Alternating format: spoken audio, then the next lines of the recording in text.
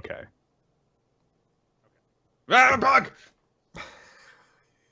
I wish we had been recording for that.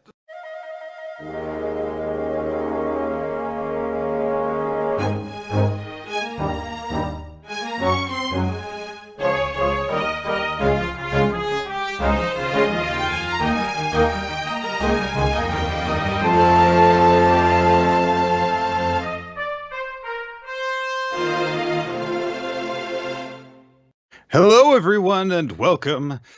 It's the April 27th edition of Weekly Manga Recap. Here we are, you and me, you and they, and thee, and it, and other objects. Very good. Excellent. I don't know where that was even starting to go. It went a couple places. It dipped a little in there, dipped a little over there, you know. Took you on an adventure with my Yeah. garbled introduction. Yeah, like a real 3-act story. I appreciate it. That's what introductions are supposed to do. Yep, exactly. I will start this episode off by apologizing. I'm a little bit sick, and I want to give you the reason for that. So, There's a reason. Yes. So we had the funeral last week, Oh. and then not actually because of that. And afterwards, we had like a get together with like the family that came in at a pavilion, and we didn't want people to bring food, so we had it catered by a local burrito place that Mikey always liked called Nito Burrito. Aww. And they have a particular burrito there called the Cowboy Crunch, which is like refried beans, like a meat, ranch dressing. I think there's like a barbecue in like the beans, like a couple other things, and then like crushed tortilla chips in it. Really fucking good. Anytime I go there, that's like the go-to. So we ordered from them. You get a whole bunch of burritos, most of them Cowboy Crunch, but they have a couple other things. And I eat one, obviously, there, Cowboy Crunch. And it's fantastic. I didn't eat anything all day, so it was very good. When we're wrapping up, we still have a whole bunch of burritos left. So we divvy them up between myself, my sister, and then my family that's going back down to Virginia. I get about 6 or 7 of these burritos, and I wasn't the one that actually divvied them up. I didn't see if there were any Cowboy Crunches in there or anything like that, but I have a shit ton of burritos. And unfortunately, I know burritos don't keep particularly long. That's correct. So I'm like, well, I better eat these. Oh, no. So I ate 3 burritos in a day. And these are fucking gigantic burritos. I ate 3 and I was like, God, this is a mistake, but this is what grief does to you. You just make poor decisions. And I'm like nauseous, and but then I'm like, there's still like fucking 4 of these burritos left. So every day I'm eating I find out my mom doesn't like burritos, so she's not gonna help in this at all. So I'm just eating these burritos every single day, pretty much. And I'm just, every time I do it, I don't feel well. Like it, and none of them are Cowboy Crunches. I keep biting into it, and I feel like this is Mikey's like real last final joke, because every time I bite into burrito, I'm just like, oh, it's just Cajun chicken. It's not a Cowboy Crunch at all. You know you could check it before you eat it. I subconsciously knew at this point none of them were Cowboy Crunches. Aww. So I eat them to a point, I think, on Sunday. And there's one left, and I work again on Tuesday. And I said, you know what? It's too long to keep a burrito, but I'm just gonna take it to work on Tuesday, and that'll be the end of it. No more burritos. The story ends there. And I'm talking to a friend of mine, Beth, who's like, hey, I want to visit you at the store on Tuesday, and she's like, I want to bring you some stew. And I was like, good, because if I'm not eating burritos, I'm eating garbage right now. Like I am not taking particularly great care of myself. So I was like, yeah, that actually would be pretty awesome. Stew sounds like it'd be really nice right now. So Tuesday comes along. I bring in that burrito. It's a fucking chore and a half. I bite into it, of course. It's not a fucking Cowboy Crunch. It's another like chicken massage. I don't know. It's nonsense. Dirty laundry and there's a sock in it, like a fishing hook. I was like, oh, gross. Oh my God, maybe the next bite will be better. No, it was a perfectly fine burrito, but I'm not like, you have to understand, I'm so tired of eating burritos that like, unless it was a Cowboy Crunch, it was just not gonna be particularly enjoyable. And I get through about half of it. I'm just like, I don't even like. I'm still kind of hungry, but I cannot physically eat more of these motherfucking burritos. So I wrap it up to just throw away. Then my friend Beth shows up. Okay. She did not bring stew. She forgot stew, or she didn't have it. So she's like, I heard you talking about how you didn't have any cowboy crunches, so I got you 2 more cowboy crunch burritos. And at this point, I have just committed to the idea that me and these Nito burritos are intertwined in fate for life. Like, we're Batman and the Joker. There is no one without the other. Like, no matter what, I'm always going to be eating Nito burrito for the rest of my life. It's just how it's going to be. Oh my god. I have to give you so much credit. That is such a well-told story. I haven't even told you what is potentially the topper to this. I think I hurt myself eating burritos because now kind of like I feel pain in my sternum when I swallow. I think I bruised my fucking esophagus eating goddamn burritos so much. You got to a point where you were just like shoveling them down, like your mouth didn't want to cooperate in the mouth, so you were like, all right, just get it in there then. I don't care. Don't chew. Figure it out. Anaconda this. Stuff's coming in, just get it down there.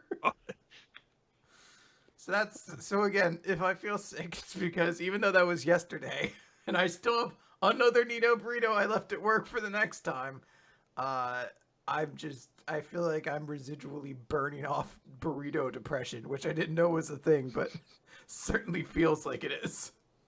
Oh. Here, I thought I was going to be able to contribute something to the opening of this episode because I had to fix my couch, but I think we'll save that. I was gonna say you could back pocket it for later. Do it some other time. Oh god, guys, we have a lot of manga to talk about today. We're going to be double dipping on a few different things. We're going to be kind of reaching back in order to cover some stuff that we did not cover last week. So I think that we need to just kind of get into this and see how much manga we can talk about. Can we talk about more manga than you ate burritos? Oh my god. Probably not. Oh, dude, I've had like time, like the last time that Nicole went to go and visit her family, she did me a great favor by like cooking. Oh gosh, what was it? It was like crunch chicken or something. It was like cracked chicken or something like that. And so she just made this entire like tray of it, and it was just like, yeah, you could just eat this. Oh god. And it was like, all right. The 5th day in a row of eating cracked chicken rolls, like, I mean, this is good, but oh my god, I can't keep eating this. I'm starting to see colors that I've never seen before, but they're scaring me. Chili chicken, Nicole texts me. Chili chicken? That sounds really good, to be honest. It is very good. Just don't put it in a burrito. I don't think I can put up with them.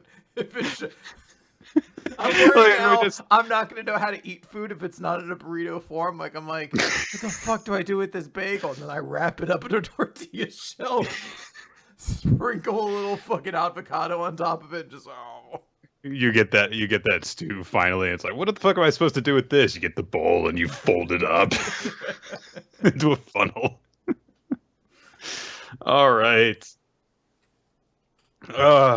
Okay, so we're going to talk, I guess, first about a series that we didn't talk about last week, but it was just because there wasn't a chapter last week.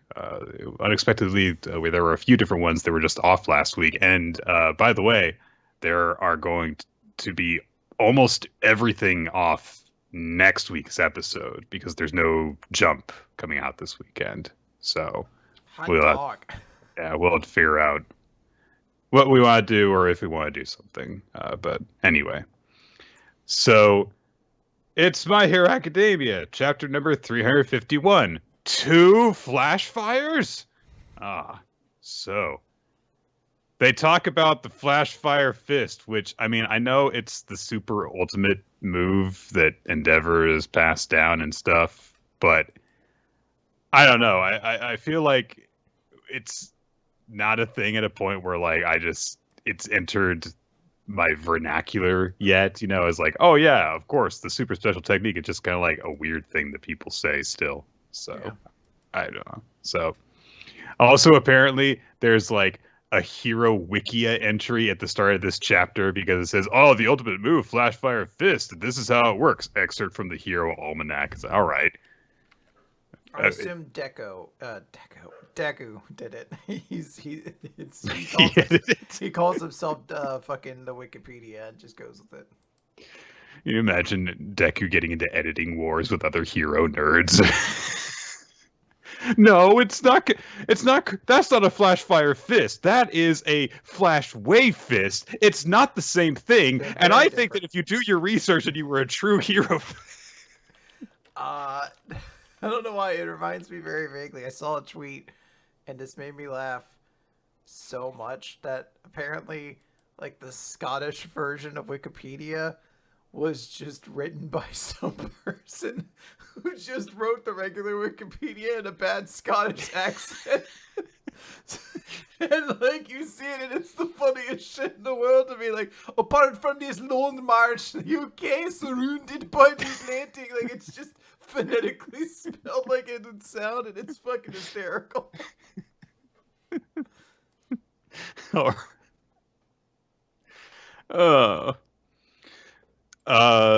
So basically, Flash Fire Fist. Oh man, it warps and distorts everything, and the limits of Endeavor's power. Blah blah blah blah blah. Anyway, Dabi unleashed the Flash Fire Fist. His body is super on fire, and it's charring away.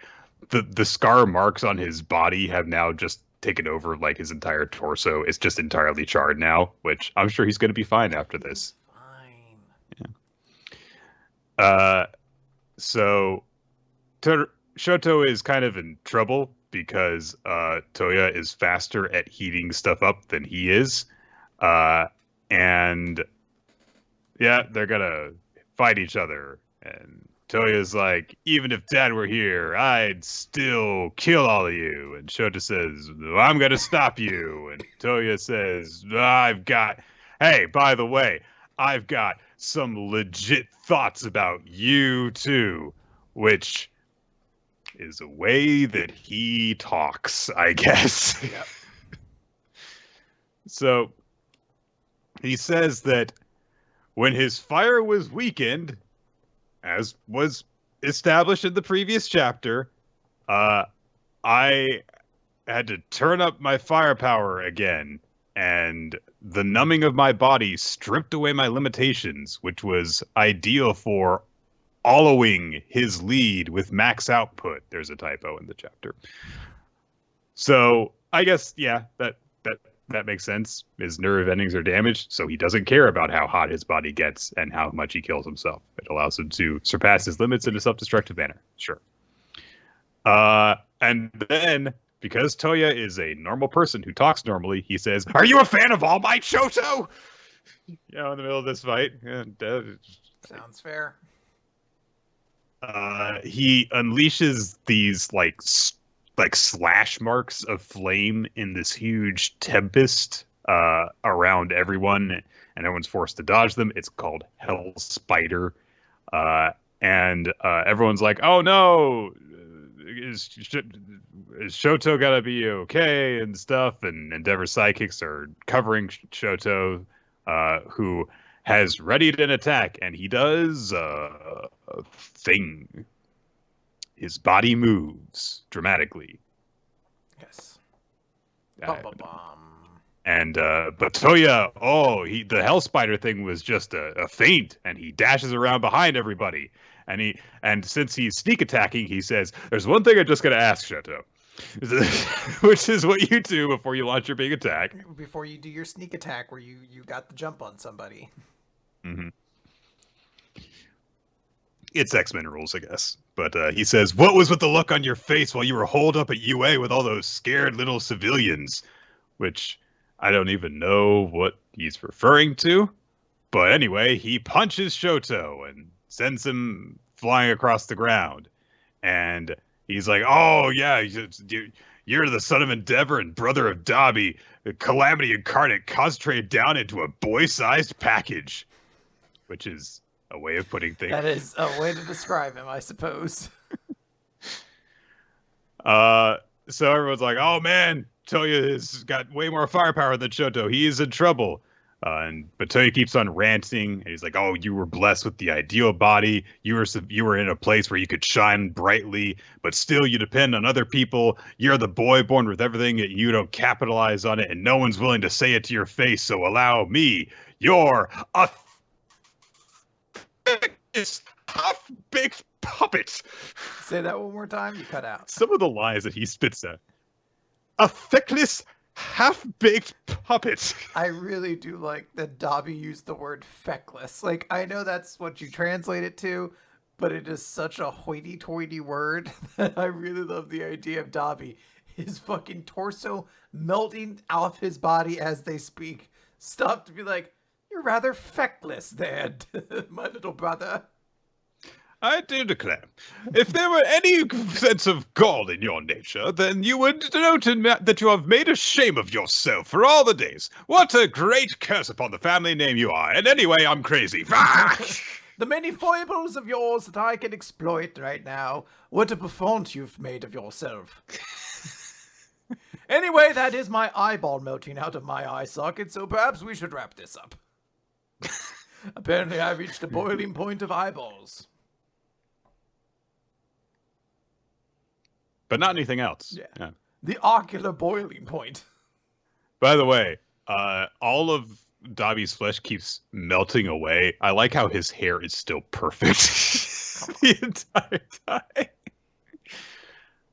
time. So he punches Shoto in the gut with fire and blasts him into a fucking building.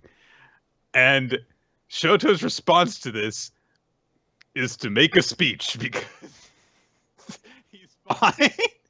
Like, we do see he was able to pad the blow because he summoned like a shield of ice directly in front of his chest. He still went flying into a building. But Shoto declares, "All right, you're not wrong about me. I took the long way around and was full of doubt all the while. A half-baked dummy. That's me. Here I thought you were only focusing on Dad. But no, you were nice enough to take a close look at me too. Glad to know it." This is such weird dialogue for this situation. They're kind of having like a catty fight right now. Like, Yeah. "Yo, you sure got me, big brother. Really, really cut right down to the core. Feckless. Bet you had to scour the whole dictionary for that one." Sort of like a Marvel movie where like the drama's kind of undercut by everyone just having like a couple too many witty remarks to say to each other. It's just eventually like, are these people? Like, I don't know if they are. They just like Tony starts, getting on Steve Rogers' case because he apparently is suddenly concerned with language, which doesn't even make sense. Like, Yeah, everyone tries to claim that's like a good moment for Steve Rogers. I was like, no, that was a stupid moment. It makes no sense why Steve Rogers cares that much about language. Like, remember this one character trait that was here for one movie and then was never brought up ever again because everyone agreed it was stupid. Yeah. I mean, it was kind of cool when he threw a motorcycle, so I can't take everything away from Joss Whedon, aside from obviously going against his assault allegations and things like that. To be very clear about that. But as far as the creative quality of that movie, again, not great. But Steve Rogers did throw a motorcycle, which was kind of cool. Shoto reflects on the fact that he has been able to develop this move because he was working on the old move in the hope of keeping pace with the others. So, hey, iron sharpens iron and stuff. Being around his classmates helped him do this. And he declares, "I've turned flash fire into something more. Now it's a move made to stop you." And we get a flashback of Shoto on the phone talking with his dad. And Endeavor's like, "You should reconsider which teams we're on." And Shoto's like, "Well, what about all for one?" And Endeavor says, "Out of the remaining heroes, you're the only one with any hope of opposing him, just as Midoriya has to face Shigaraki." I mean, if you're sure about that, I mean. Well, no, this is what Shoto was saying to his dad, because his dad's like, "I want to fight Dobby," and Shoto's like, "No, Oh, okay. you have to take on all for one okay. because no one else can." So I That get makes more that. sense. I do get that. Like, Shoto is saying he has to step up against Toya because Endeavor has to not be focusing on his son. yes. Yeah, Well, it's so. also that even if he wanted to face his son, they need someone to take care of All for One's body. Exactly. And who better, or rather not even who better, who but the only option of the number one ranked hero. Right. Who better than Endeavor? Who better? So Shoto basically, we find out, is the one who was pushing for, I'm going to fight Toya at this point. So, and he says, look, everyone's got a part to play in order to stop all the villains. And he says, in the present, I may be your half-baked little brother, but let me say this. Dad was a madman. Our family was screwed up. But when you burned all those people to death, that was your choice. You're not taking any more innocent lives. Just aim all your rage at us. And while he says this, he comes down off the building. His fist is immersed in fire as he declares, Flash Fire Fist Phosphor. And we'll find out, I guess, what that has done in the next chapter. So, weird dialogue all throughout this, but the last 3 pages, pretty good, I would say. I think it's all right. I think this fight's amusing because it seems to posit the idea that fire is sort of like a kinetic force that does concussive power, and that the more fire you do, the stronger your punch, as opposed to the hotter something would be, the more stuff would just instantly incinerate and melt around it. Right. So the idea of I'm going to burn a fire hotter than you. My punch is stronger now. And not just, I'm way too hot. Oh my God, my intestines have boiled and exploded. Maybe I could shield myself from this fire by setting myself on my fire. I have to counter your fire by making my fire hotter. I was like, I don't quite understand what's happening, but it looks cool. So I'm just it's like when you set part of a forest on fire so that it can't burn. It makes perfect sense. It's just one of this, I totally accept that this is just how battle comic stuff goes. It is something that as I read the chapter, I was like, I don't quite understand mechanically what Todoroki is doing, but I'm happy he's doing it. He seems like he's pretty happy. Yeah, that's that. All right, Nick, let's talk about Undead Unluck number 108, Reason. And we get a color page where they voted for couple color pages. Yes, we voted the top 10 the top tag team sickest popularity poll results. So, yes, this is tag team, and we have to put that in quotes because one of the things in here is very disturbing, because otherwise it looks like it's romantic. Andy and Fuko are number 1, second is Shin and Mui, Juez and Victor are third, and you're like, yeah, I see them being shipped. And it's Rip and Latla, Top and Ishin, apparently, whatever. Tatiana and Billy, though, we need to clarify. This is just tag teams. There's nothing going on between those two. We need to clarify that as much as possible. And if anyone suggests that they are, you get out. I'm worried that the manga might be suggesting it at times. Please no. But we're not is half his age. We are not going to address that right now. Instead, we're going to talk about the chapter, which starts in a flashback as a young Rip pokes his head out of a bush and says, Leela, Latla, you gotta hide me, please. And we are introduced to Leela and Latla. Latla we already know, but Leela is the potential love interest, presumably, for Rip that he was very sad about before. Is it Leela or is it Layla?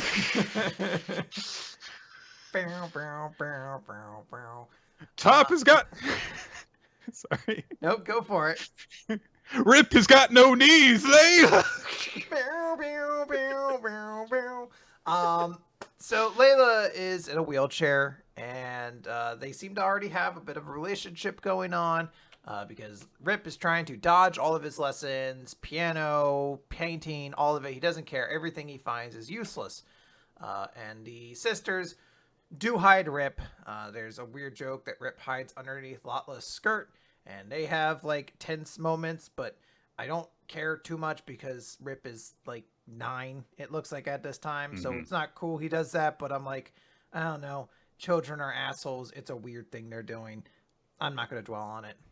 I do like the face that Latla makes when he does it. It's a good face. Because if you read it in sequential order, you're just why is she making... I thought she was combusting at the very idea of covering for this kid. I thought she was me too. She had to hold it together because she's otherwise I'm going to fucking explode and tell everybody. But But we see that there's obviously like this playful tension between Rip and Latla. And then Layla just seems to be really smitten with Rip. And Rip asks, like, hey, how's your health? And they say, no good. I have 10 years left before my heart gives out. And they say that no one can repair it. And he's like, well, why are you crying? And Latla's crying. She's like, I mean, I'm sad and frustrated. I asked if they could use my heart, but they said they couldn't.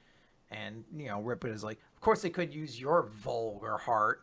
And he says, besides, that'd be admitting defeat. So he grabs the two sisters and he says, I'll fix you. As of this very moment, your illness is as good as cured because I've decided I'll do the curing. So we get like sort of a montage showing, oh, hey, Rip's getting really into his studies again. And the reason is because he wants to train to be a doctor. And he explains that a doctor has 3 weapons. The first is words, just spending a lot of time with the girls to help lift the spirits. The second is herbs, finding ways that'll help actually medically lift up Layla. And then the third is verbs. Words. You'd think that that's like words, but it's not quite. It's not. It's separate. Words, herbs, and Laura Dern's. Those are the 3 tools of a doctor. No, he says a scalpel, and Latla is there with them, like, wait, you're going to do what? And he's like, yeah, I'm going to perform her surgery. I've gotten very well. They're like, hey, Layla's doctor is, like, famous, right? Like, like, if he hasn't been able to, I guess, you know what? No, they do say he. Shouldn't you just let him handle it? And he says, that guy's already thrown in the towel. He's a quack, a certified quack. And Latla says, well, that's to the doctor's office, and he's like proudly putting up a diploma that just says, this is to ensure that Dr. Husenpfeffer is a quack. And then like the camera pans and you see it's a duck doctor, and it's like, quack. In this world, why not? Yeah. And then Latla says, that's why, since I can't hear her medically, I'll save Layla spiritually. And she pulls out her fortune-telling orb. And I like this because this character was definitely written backwards. She was written to have a fortune-telling gimmick originally. And at some point, they were like, well, shit, we have to tie this to everything. So Latla decided the best way she could save her sister is to become the best fortune teller ever.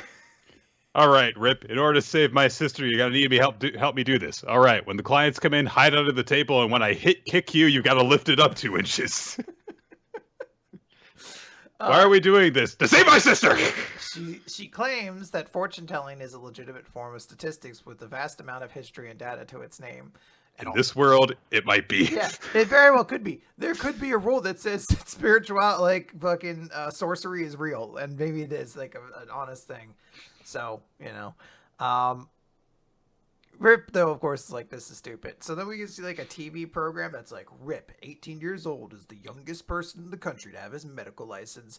The man said to have the healing hands of God, Mr. Rip Tristan. And I always love when someone is given a nickname in a situation they would never be given a nickname.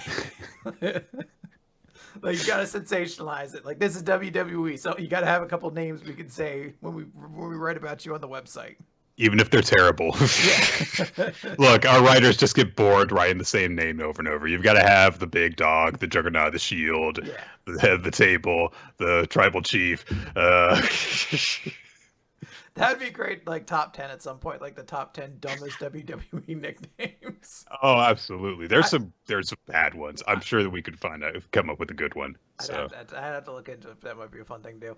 And then speaking of WWE names, Rip Tristan. Yeah, it's a great name. Dr. Rip Tristan. That is actually very true, Ninja points out. They call him Mr. Rip Tristan. Maybe he just gained his medical license. Is he not a doctor? He's not a doctor, I guess. We then get another TV report. This is the one that really makes me laugh. That Latla has become a master fortune teller with 100% accuracy at reading tarot cards and palm reading, which I've had a couple tarot card readings done before. I don't know. A lot of that's just interpretation. Can't any tarot card reader just say, like, I have 100% accuracy? Because you never, like... It's never like they specifically say things that are Right. going to happen, you know? It's like saying Nostradamus has 100% accuracy. Yeah. It's like, yeah, I guess. And then we get her name, Miss Latla Mira. So, hey, they're both on TV. They're both working really hard to save Latla. Layla. Latla has specifically found a good day for the surgery. Rip is gonna, do the surgery, so they're together. They're invincible. There's even a little tease that Rip is definitely doing it because he has the hots for Layla. Mm-hmm.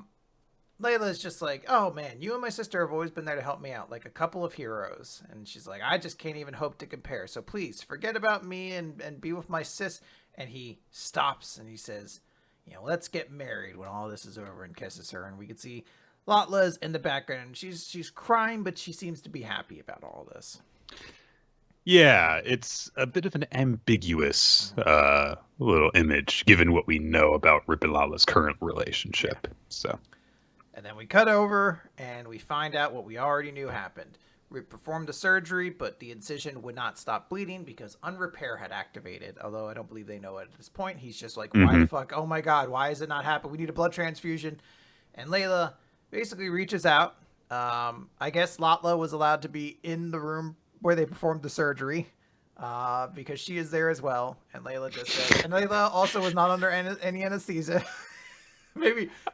And Rip's like, wait, why is this procedure going so wrong? The quack doctor's there. The quack doctor has the anesthesia on himself. Quack.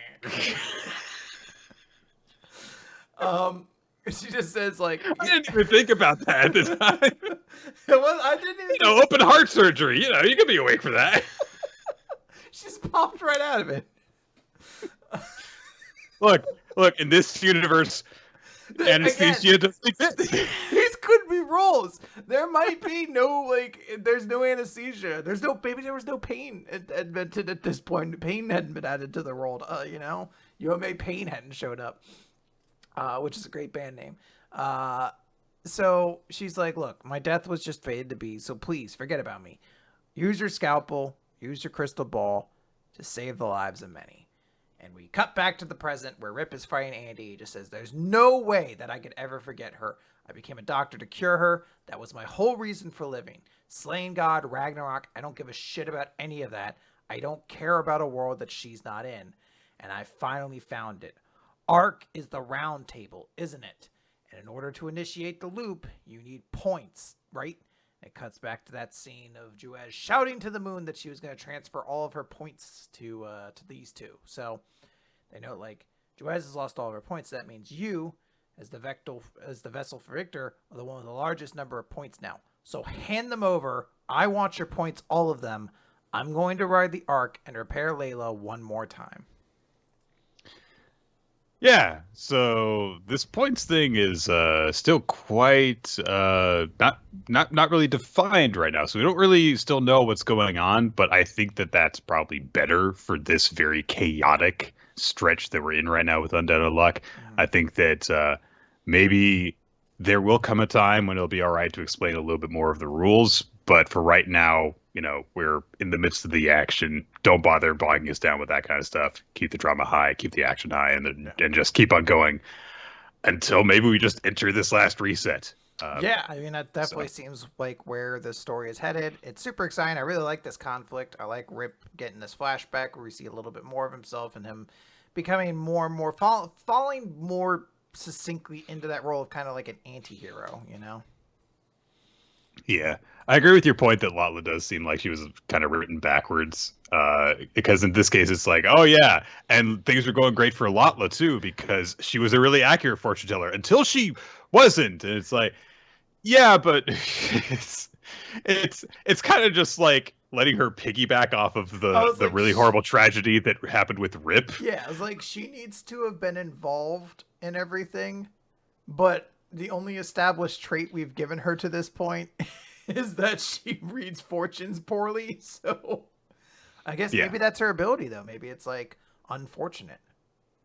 Yeah. Probably just unfortunate. But yeah, I don't know. Okay, so let's go back to last week's chapter of Boruto and talk about Captives, which is the title for chapter number 69. And it's the sexiest chapter of Boruto so Oh, far. yeah. Ada's in the house and everyone's attracted to her. Yeah. And they show this by, well, so, okay. Last time, Delta had code pinned down with her tendril foot thing, and Ada shows up, and everyone goes, "Oh, it's Ada." And Amato goes, "Oh my God, it's you, Ada." And Ada says, "Still the same old stupid reactions, huh, Amato?" Which is like he's shocked that she's alive. So I don't know why that's a Nope, stupid just reaction. like my big dumb old dad, always shocked by me being alive. Isn't that right, you big dumb idiot father? So Delta responds to the new intruder by being like, "All right, I'll just get rid of both of you." And she tries to launch a kick at Ada, but her foot stops just short of Ada's head. And Ada just kind of nudges her foot down and she says, "You're flashing me, Delta dear. I can see your panties." Which she's wearing like striped tights I was gonna say, under I just her assumed outfit. those were tights. I guess they're not, or stop. I don't know. I was like, when she said that line, I was like, flashing what? Yeah, I don't know. She nudges the leg down and everyone's shocked. And she's like, "Oh, and drop the other leg too." So she lets code go. And Shikamaru's like, "What are you doing?" And Ada and Shikamaru is in mental contact with Ino and says he needs backup. But then suddenly we cut away to a conversation between Sasuke and Boruto. Always fun. Always the Well, best. I mean, it is better than what's going on over here. That is true. So Sasuke apologizes because it was his responsibility to stop Momoshiki, but he wasn't there when Boruto needed him. And Kawaki had to take on the painful burden that he did. And he just says, "Look, the village doesn't need to hate anyone else besides me." Which, given he is allowed to come and go as he pleases, maybe he's overestimating how much people hate him. Like, it's not like he comes home and he finds out that, like, his home has been spray painted and Sakura and Sarada are being constantly harassed because they're the family of a monster. Like, they don't hate you that much, dude. Yeah. So, anyway, they establish the point that Sasuke knows that Kawaki killed Boruto. Sasuke establishes only a select few know, which sounds like it's going to be an ambiguous amount that is just going to like conveniently add people to know about it as we go forward. But anyway, and he's like, "Look, if more people knew about it, Kawaki already has to deal with a lot of people disapproving of him being here." And Boruto says, "But I asked him to do it. I told him to kill me. It's not right that he's getting blamed." It's like, which is Technically true. a weird line of logic to take. But why are people upset about him helping me to kill myself? It was fine. I got better. Sure, we didn't know that would happen at the time, but I'm fine now. So Boruto then goes on to say, "He's the only one I could have made such an unreasonable request to, because we acknowledge each other as bros." I want me and him being bros to just be like the Shiki needs friendship of this. Like, that there's no, like, I want it to be like, Kawaki burned down the orphanage. He's like, well, but we're bros. And that's, sometimes bros do mysterious things. Bros work in mysterious ways, Sasuke. That's how it works. He did it 'cause we're bros. He understood and accepted my resolve. As bros. And Sasuke just pauses and goes, "Brothers, I huh?" hate children. It's like, yes, that's what bros He's means. like, Yes. what about your kid? Oh, yeah. I have I- one of those. I mean, I imagine that the idea is at this point that Sasuke is reflecting on A, his relationship with Naruto, and B, his relationship with oh gosh, Itachi. I almost said the wrong Uchiha name. I was like, wait a minute, no, not Madara. That was like, his relationship with Danzo. I hated that guy. My best friend. Wait, no. No, he Wait, sucked. I hated him. he had a bunch of my family's eyes in his arm. It was weird. That was really fucked up now that I think about it. So, uh, Boruto tries to give back Sasuke's headband, and Sasuke's like, you keep it. And Boruto's like, oh, but it's a memento of you and my dad. And Sasuke's like, I don't, just keep it, kid. Just, it's fine. Oh, thanks. I'll treasure it. Yeah, okay. And Whatever. he puts it on. Because Boruto is not all here right now, it feels like. So, oh, man, but it's not fair that Kawaki is being blamed for killing me. Hey, this is a cool headband. Hey! Whoa, sweet. Anyway, let's cut over to a much better character and a much worse character. It's Mitsuki and Sarada, and they're watching Boruto and Sasuke talk from the other side of the alley for some reason. I don't know. It's very cinematic, not like in an actual way, but in a WWE way. The idea of it was cinematic. Like, what if they're watching each other from across the thing? Like, well, can we portray that in an interesting way? No, there'll just be one small panel establishing that these two conversations are happening next to each other, but far enough away that no one hears it. What are transitions, really? So Mitsuki says, if things had gone wrong, Boruto would be dead. Master Sasuke is likely feeling guilty as his teacher. I certainly do. Even now, when I think that Boruto could have died without me being there to help, it still gives me chills. Yes, Mitsuki being there would have made all the difference in the world, I'm sure. And also he says, if someone were to kill Boruto, I don't know what I would do to that person, which I really do wish we had seen more of the actual team of Boruto, Sarada, and Mitsuki before all of this started to go down, because despite the fact that this series has been going on for as long as it has, it really feels like their relationship is still underdeveloped. And I was gonna say, this is a line that probably hits a lot harder when you watch the anime, when they've had adventures together and had like interesting character interactions. And then you would be able to see like, okay, yeah, I believe that Mitsuki would potentially go on a fucking vengeance-fueled rampage if his good friend Boruto, something were to happen to him. So, anyway, what he said was kind of fucked up. And so Sarada's like, and Mitsuki says, oh, sorry. Yeah, I guess I did say something kind of messed up. Sorry about that. I'd be like, dude, you're cool. Don't worry about it. Let bygones be bygones. Come on, bud. Sarada says that she's shocked over what has happened. She's also relieved that Boruto has survived, but she also says that she feels angry at herself. And she says, look, it's not his fault. It's not his fault that this happened. I just feel like, why are we really that undependable? I want to be able to help him more. And then she says, maybe I'm like mad at myself.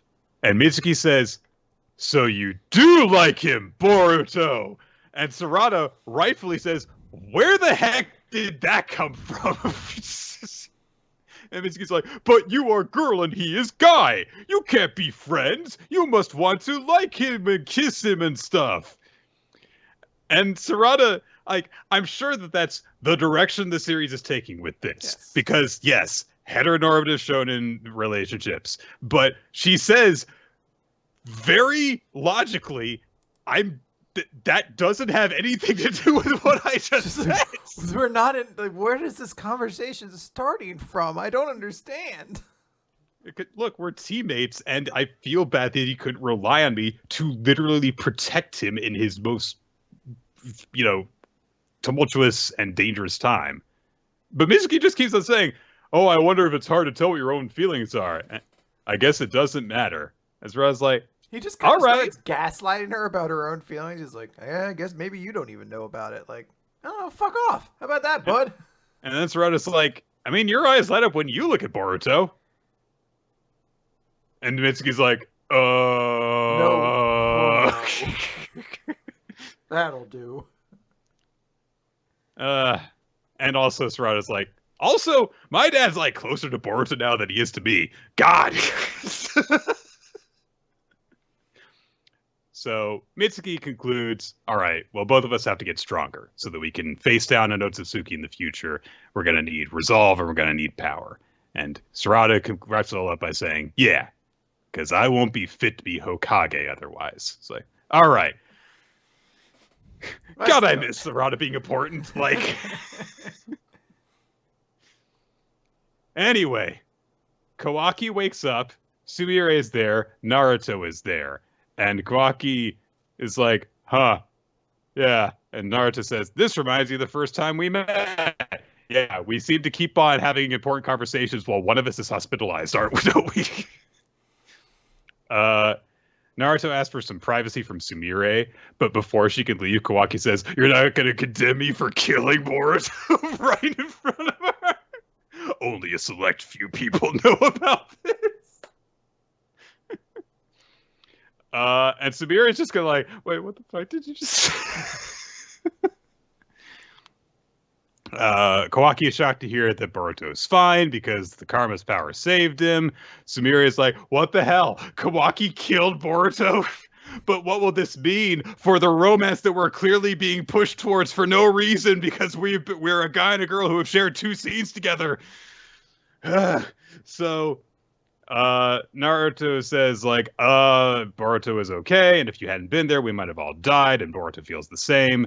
I've said this before, but look, you belong here. Everyone in Konoha has family to me, including you, but his important, you're still my Nakama speech gets interrupted because he gets a message from Ino and says, Shikamaru's in fucking trouble in Lab 3. And Sasuke starts to make his way there because he's been contacted too. And he tells Boruto that they need to go. Naruto leaves Kawaki and Sumire in the hospital. He says that, yeah, everything's fine. Anyway, we finally cut over to the room. Ada starts using her very practical footwear to stalk towards Shikamaru.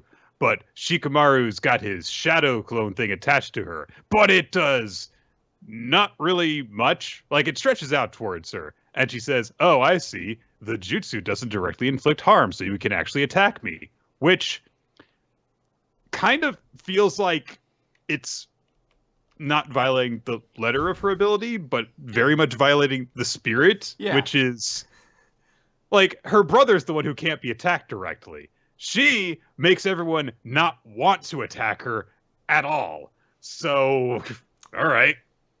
Sure. Just sure. Shikamaru is like, what's going on with me? I feel all out of whack. Am I starting to get a fever? Meanwhile, God, Delta is frozen. It's such a monumentally bad idea to have like a child character whose gimmick is people fall in love with her be surrounded by adults. Like, it's just such a bad idea. Like,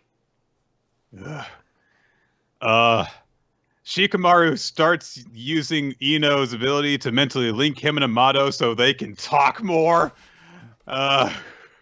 And he's like, who is this? What's her ability? Why do we counter it? And Amato says, her name is Ada. To sum it up, all of us in here are currently her captives. And Shikamaru's like, what do you mean? And Amato says, it sounds ridiculous, but it's the truth. It doesn't sound ridiculous at all. Clearly none of you can act around her, so it doesn't sound ridiculous. That's just an observation. You're not actually explaining anything. She enchants us on an instinctual, unconscious level, no matter your gender. You, Delta, me, no one can escape this ability of hers. And, he mentioned Delta, and we cut over to Delta, who's suddenly blushing, and she puts her hands to her face and just goes, she's so cute! Which, all right. Sure. So Shikamaru's like, how is this possible? And Amato explains, well, different people get different symptoms between headache, vertigo, fever, impaired judgment. He just starts reading off an ad for medicine, like the side effects are like, you might be experiencing headache, vertigo, fever, impaired judgment, stiffened muscles from extreme tension. Like, it just keeps going on. And then Amato says, and some simple types like Delta just become infatuated. You don't know anything about Delta. She just came out of that coffin over there. No, he did work with Delta, remember? She was a part of Kara or whatever, and so was Amato. Yeah. They have some history. He does probably know that. He's like, no, she's dumb as shit. I've seen her play old maid. What an asshole. So Shikamaru's like, well, then how do we defeat it? And I was like, you can't. All right, Sorry, thanks, she buddy. has a stand power in a universe where no one else has stands, so we're shit out of luck. What would her stand ability be called? Cold hard bitch. Yes, I agree. Okay, so Amato's like, all right, well, you can try and stop her if you want, but it's futile. Shikamaru is struggling so much that he can't even maintain the shadow possession on Code and Ada. And Ada's like, come on, just relax. And Shikamaru's like, oh, I've got to stab her. And he keeps on trying to get up and stab her with a kunai. This will totally work. And Ada's like, oh, wow, what incredible force of will. Watching you, I almost want to cheer you on instead. He drops the kunai. He couldn't do it. And Amato's like, you can't do it. You suck. You can't do it. You're too weak. You can't do it. He's so helpful. Shikamaru's shadow position releases because he can't maintain it any longer. Code gets up. Ada is still standing, of course. And Shikamaru's like, oh man, even Naruto and Sasuke wouldn't stand a chance against such an ability. They would just be all over her so hard. Anyway, Code goes over to Amato and very lightly presses his hand against the wall, but then he plunges his claw into his shoulder while Amato goes, Gar! Arg! And Code says, lots of nerves converge here. Hurts, no. He's basically like shoving his claw into the Vulcan nerve pinch spot. And Shikamaru recalls Amato saying like, oh, I will break under pressure so hard. And he's like, oh man. Okay. Hey, Ada, why are you helping Code? Do you have some grudge against Konoha? I don't know why he's thinking of this. But Ada he's trying says, to think of his out. He's like, I can't beat her, so let me talk to her. Maybe I can mentally work this conversation out. Maybe. So Ada says, well, I mean, like, Code's got a personal motive against Konoha, but I don't really care about it. And Shikamaru says, all right, why are you working with him then? And Ada says, yeah, sure, I'll tell you. I mean, I don't really have a reason to keep it a secret. I like Kawaki. Aww. And while Shikamaru was going, wait, what? She covers her face and blushes, and she says, and I quote, OMG, I said it. Sure. So, Amato, who is a smart character, look at him, he wears glasses and everything, goes, Ada likes Kawaki? Yes, that's what she said. Why do people in manga talk like this? So, but she says, yeah, I'm just getting Code's help on that matter. And in return, I'm helping him regain power. So Shikamaru says, okay, thanks. He mentally contacts Ino and says, all right, I'm switching plans. So change the lock release code for this room's door now. And Ino's like, well, why? Well, look, I know I requested backup, but I don't want Naruto and the others to come in. So can you stall them somehow? Not, hey, can you call Naruto and Sasuke and warn them to stay away? Which I guess they would ignore it, but like that's the first thing is can you just like lock the door so that the most powerful ninja on the planet is slightly delayed getting in here? Anyway, so Ada's like, oh, you just thought how foolish about me, didn't you? And Shikamaru's like, no, I think it's great. I kind of want you kids to work out. Hey, I've got an idea. Why don't you come over to Konoha? We could like help each other out.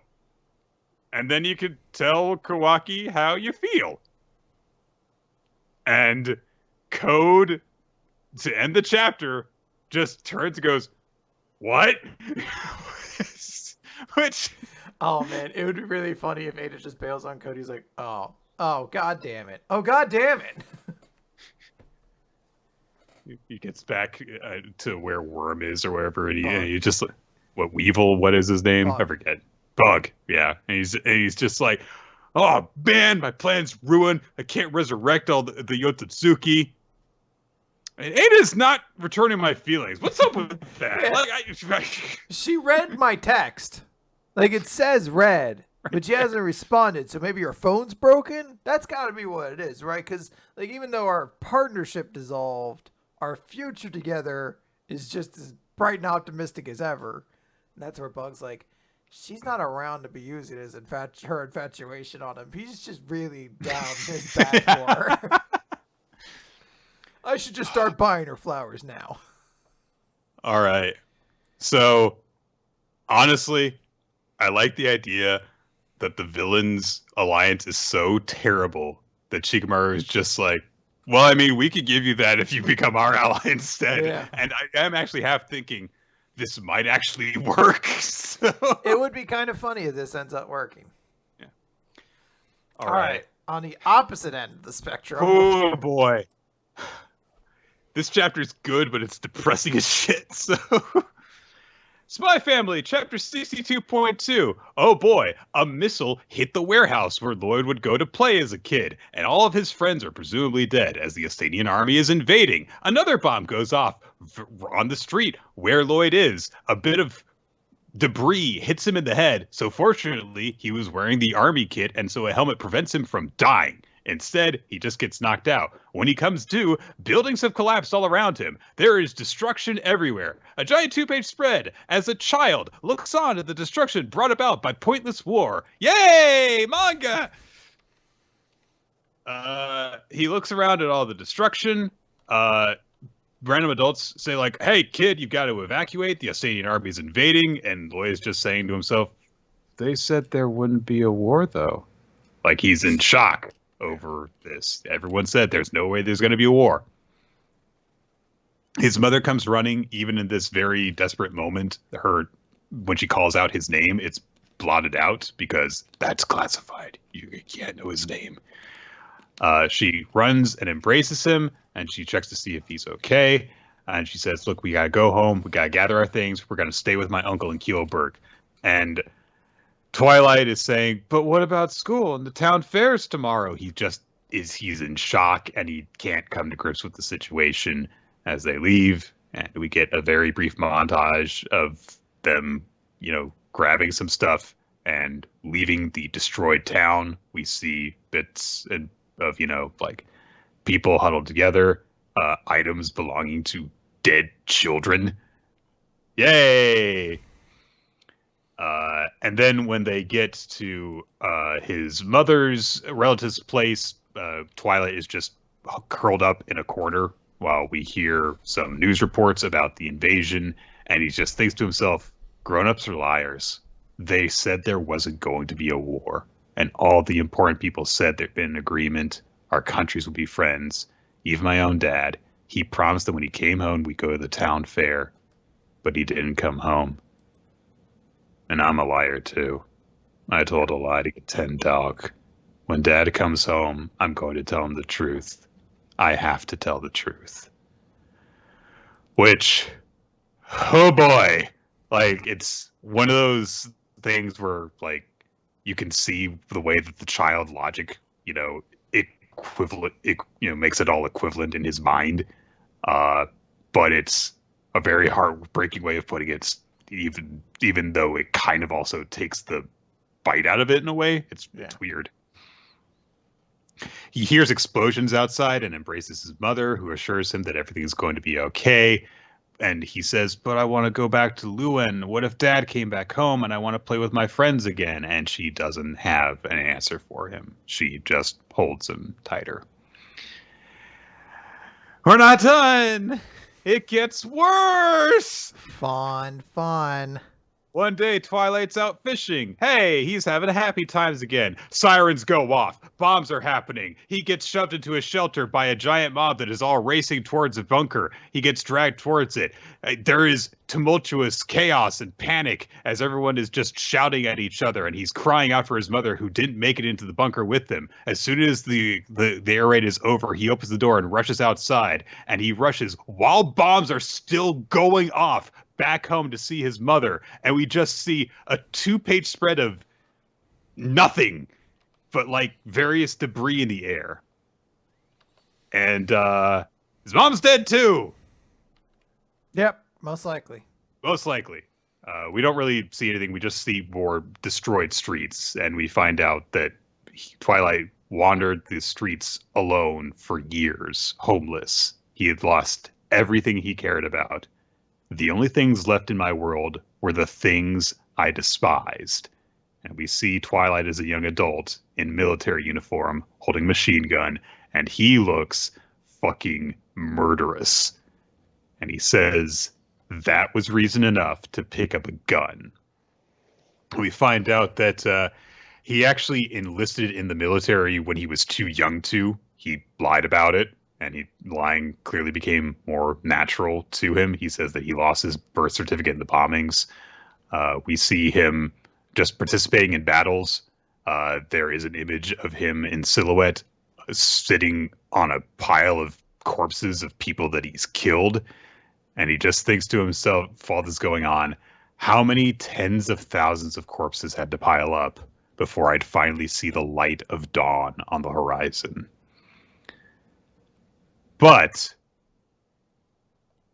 then he hears someone coming through the woods. He fires a shot at them, doesn't hit them. And who should be there running away from someone, tears running down his face and snot coming from his nose, but Frankie, who says, "Don't shoot!" And that's where the chapter ends. Fun times. It's a very jarring conclusion to the chapter after it goes very, very, very subtly into hell up until that point. This is a distressing chapter. It's brilliant and beautiful and terrifying. So, yeah, I mean, it shows that Spy Family, while being excellent at being funny and having good action, can also be authentically raw at times, which we kind of already knew. That there'd been speeches and things to that effect that seemed to show that this manga was taking its subject matter relatively seriously. But this was definitely a chapter where you're just like, all right, so my heart feels like it's just been punched, like just right into the heart. So yeah, this is the kind of shit that that Lloyd's handler was talking about when she gave her big speech about what war is. Yeah. All right. On that In Zero, let's talk about a chapter as equally as serious. In Zero, chapter 189, Rebecca versus Clown. And the cover page is Valkyrie teaching a young Homura how to play a card game. And it's very cute. It's very cute. I just want to kind of sit on and dwell on it. All right, rest of the chapter blows. So here we go. The chapter opens. Shiki's like, "I beat you up. You suck, wizard." And Wizard's like, "Yeah, I don't know what's going on with Ziggy. That 18 years ago, he lost his memories. That's not the real Ziggy that you knew." And Shiki's like, "Yeah, that's why it doesn't add up. Why would he erase his friend's memories? And why are you in those memories?" And then we cut over to Urza. Sorry, not Urza. Whatever her name is. Elsa. And she's been handcuffed to a pole. And she's in her underwear for some reason. That part I didn't quite understand, but whatever. Well, I had to treat the wounds to your torso, which is why I took your pants off. I was going to say, last time I think we saw her, she was in like the One Piece thing. But I also don't know how clothes work when her entire thing is changing. Regardless, it's a strange thing that I'm just like, we're just going to go on past it. Justice is like, "Hey, I fixed up your wounds." And she's like, "Why? Aren't you just going to kill me?" He's like, "No, I'm going to take you to court and you're going to be tried and then I'll kill you." And she's like, "Well, Ziggy just taught me that you might regret not killing somebody when you get the chance." And he's like, "Yeah, I'm not too concerned about that." And she's like, "Wait, you're not staying on this planet to fight Ziggy?" And he's like, "No, Holy's going to take care of Ziggy. In fact, all of the Eration 6 Galactica or Interstellar are on the way. So Cure, Eraser, and Feather, all of our favorite characters are going to be here, Nick. This is going to be a huge arc. can't wait. But what you're telling me is justice won't be there. Yes, he's definitely going to leave. Elsa, whatever her name is basically like, because Justice says something like, I can't believe you lost. And she's like, well, it's just that for a moment, Ziggy was the old Ziggy again. And Justice like, that was just part of his plan. She says, I'm not sure. I just can't help feel there was maybe a part of his old heart back inside of him still. So I also can't help feeling this breeze going right down my cleavage. It's a tough time. We cut over to Rebecca in the clown circus area. I guess it's just circus. I don't know why I was trying to find a fancier name for a circus. Clown Emporium. And she uses her tail to get back on the tightrope. The clown rope. The clown stretch thingy. The clown's line. The clown line, exactly. She goes to kick Clown in a panel that is amusingly drawn, and she misses because he just dodges. And he's like, oh, what's gotten into you suddenly? You're all raring to go. And she says, apparently. The fact that he's just talking normally down is jarring to me after his introduction before, where he just had the status video game text instead. Well, that would be a lot of work to thematically make that make sense throughout his whole character. Whereas look, it's very I'm dedicating a lot of energy to drawing certain parts of Rebecca getting increasingly large. Okay. Oh yeah, you noticed that too. Good. So Rebecca says, apparently my overdrive improves the sense of balance in my feet. And Happy says, of course, because Cat Leaper is always centered in her legs and her feet. And we get the one good joke of the chapter where Pino says, well, actually, equilibration is really done in the ear. and Rebecca just cuts Pino off. It's like, the details aren't important. I was like, it is actually kind of funny that Pino's like, actually, it's the ear that really controls balance. Also, your center of gravity is nowhere near your feet. Yeah, it was definitely, because here's the thing. It's a dumb thing that makes sense in a manga way. Like, oh, her whole gimmick is her legs, so her legs would be powerful, and thus she has a great sense of balance. But then, a character in a funny way points out, well, that's not how that works. And it's like, all right, every so often we can get a good joke. Clown says, Wizard did say we have permission to use overclock. Surprised you need permission for that. Yeah. But he's just like, I won't need it against you because you're the weakest of them all. And Rebecca's like, so who cares if I'm weak? I don't care. I can help my friends. And she kicks Clown in the head and knocks him off the tightrope. But then he smiles. He's like, mm-hmm. Yeah. We cut over to the Eden Zero, where Labilia and Couchpo are hunkered down somewhere as Couchpo just eats a shit ton of food, and she says the line, oh, Libby, maybe it wasn't such a good idea for you to stay on the ship after all. I'm sorry. Did you not drop any of the civilians off someplace else? They can't do anything on the ship. Listen, Labilia might be in immediate mortal danger at any time because of her condition, so she needs to be near sister. I guess that might be the logic they're trying to go with, but who's not on the ship right now. It really did blow my mind. The idea that there's just a ship full of they're just random civilians on this ship. Couchpo's like, maybe we should have dropped the orphanage off after. Couchpo's like, the team needs the chef to be on board. No, we don't. We really don't. You're not the chef again. We have a machine that makes the food. You just eat a lot of it. And I'm not being judgmental. I'm just saying it doesn't qualify you to be the chef of the ship. Labilia is just like, no, I can't run away because Rebecca's out there fighting, and I couldn't possibly do that. And then they play Rebecca's last video where she talks to her channel about basically being like, hey, I'm going to be gone for a while, guys, because there's an important mission I'm going on, and I'm going to protect all the people I care about. And it's dangerous, but I promise I'll be back. And I did stop. I was like, I just thought it wasn't known that Rebecca is on the Eden Zero? I Like, don't know. would that not just be public knowledge at this I don't point? know. I don't know.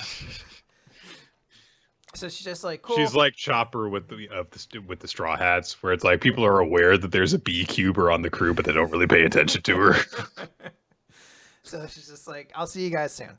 And Lobelia starts crying, and she's like, it's not fair. Why did Rebecca have to get dragged into all this fighting? She's just a video streamer. And Couchpo's like, look, she said in her video she thinks of the people on the ship as her family.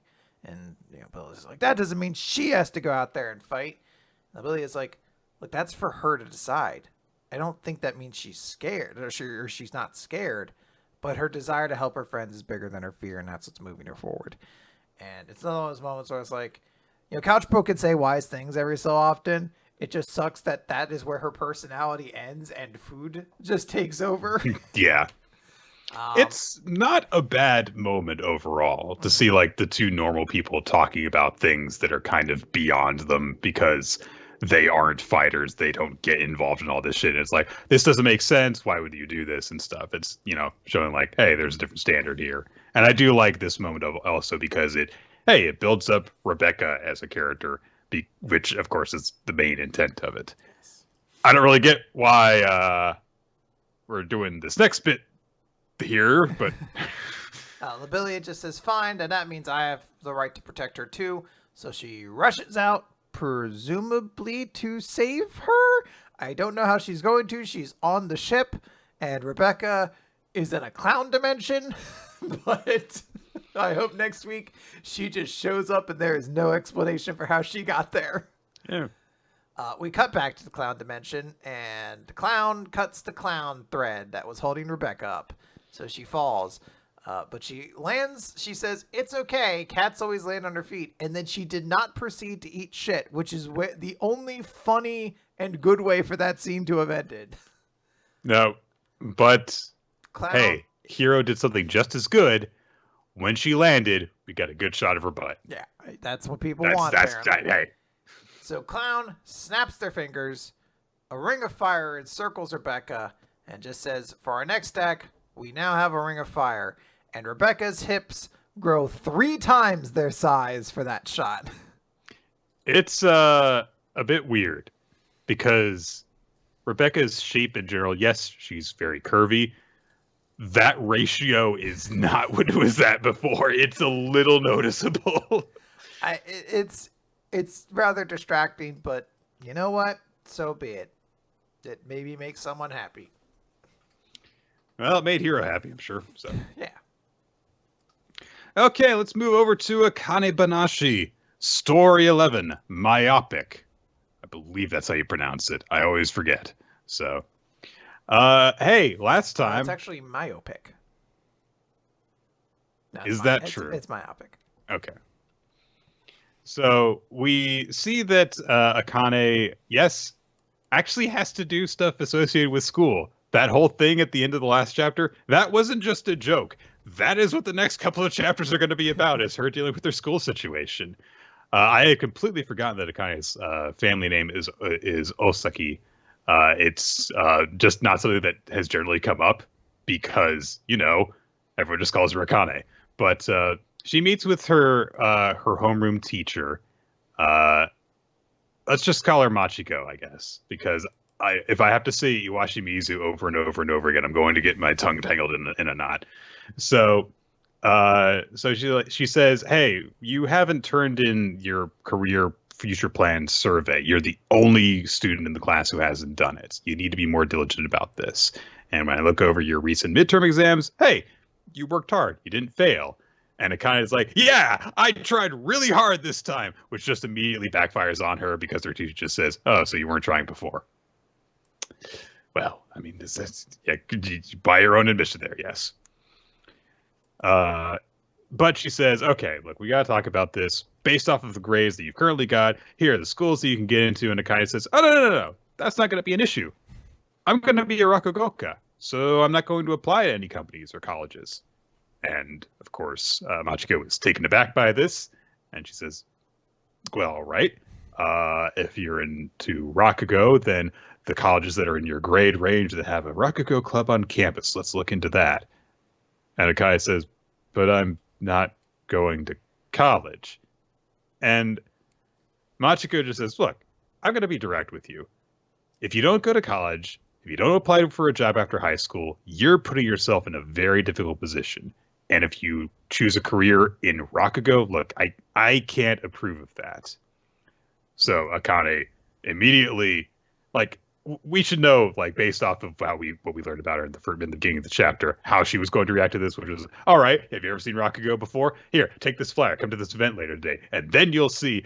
But it's kind of one of those things where Akane has sort of, in a way, run into her exact same personality type, and so it's not working against her.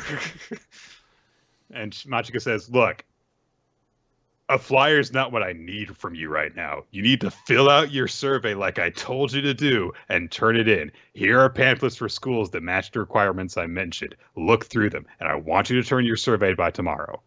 And Akaya's like, but all I'm going to write is Rakugoka. And she says, okay, then I will stay here after class to offer you guidance until you are able to select a preferred school. Turn in your survey. So, God damn it. So Akane's ability to use enthusiasm and determination are not working against this woman. So she's like, what am I going to do? And she's like, oh, that's why they call her the Ice Queen. But she brings the point of like, well, but if I'm stuck, spending time with her after school all the time, I'm not going to have time for my Rakugo lessons. So should I just write whatever on the form and turn it in? And I don't really feel like that's the right thing to do, though.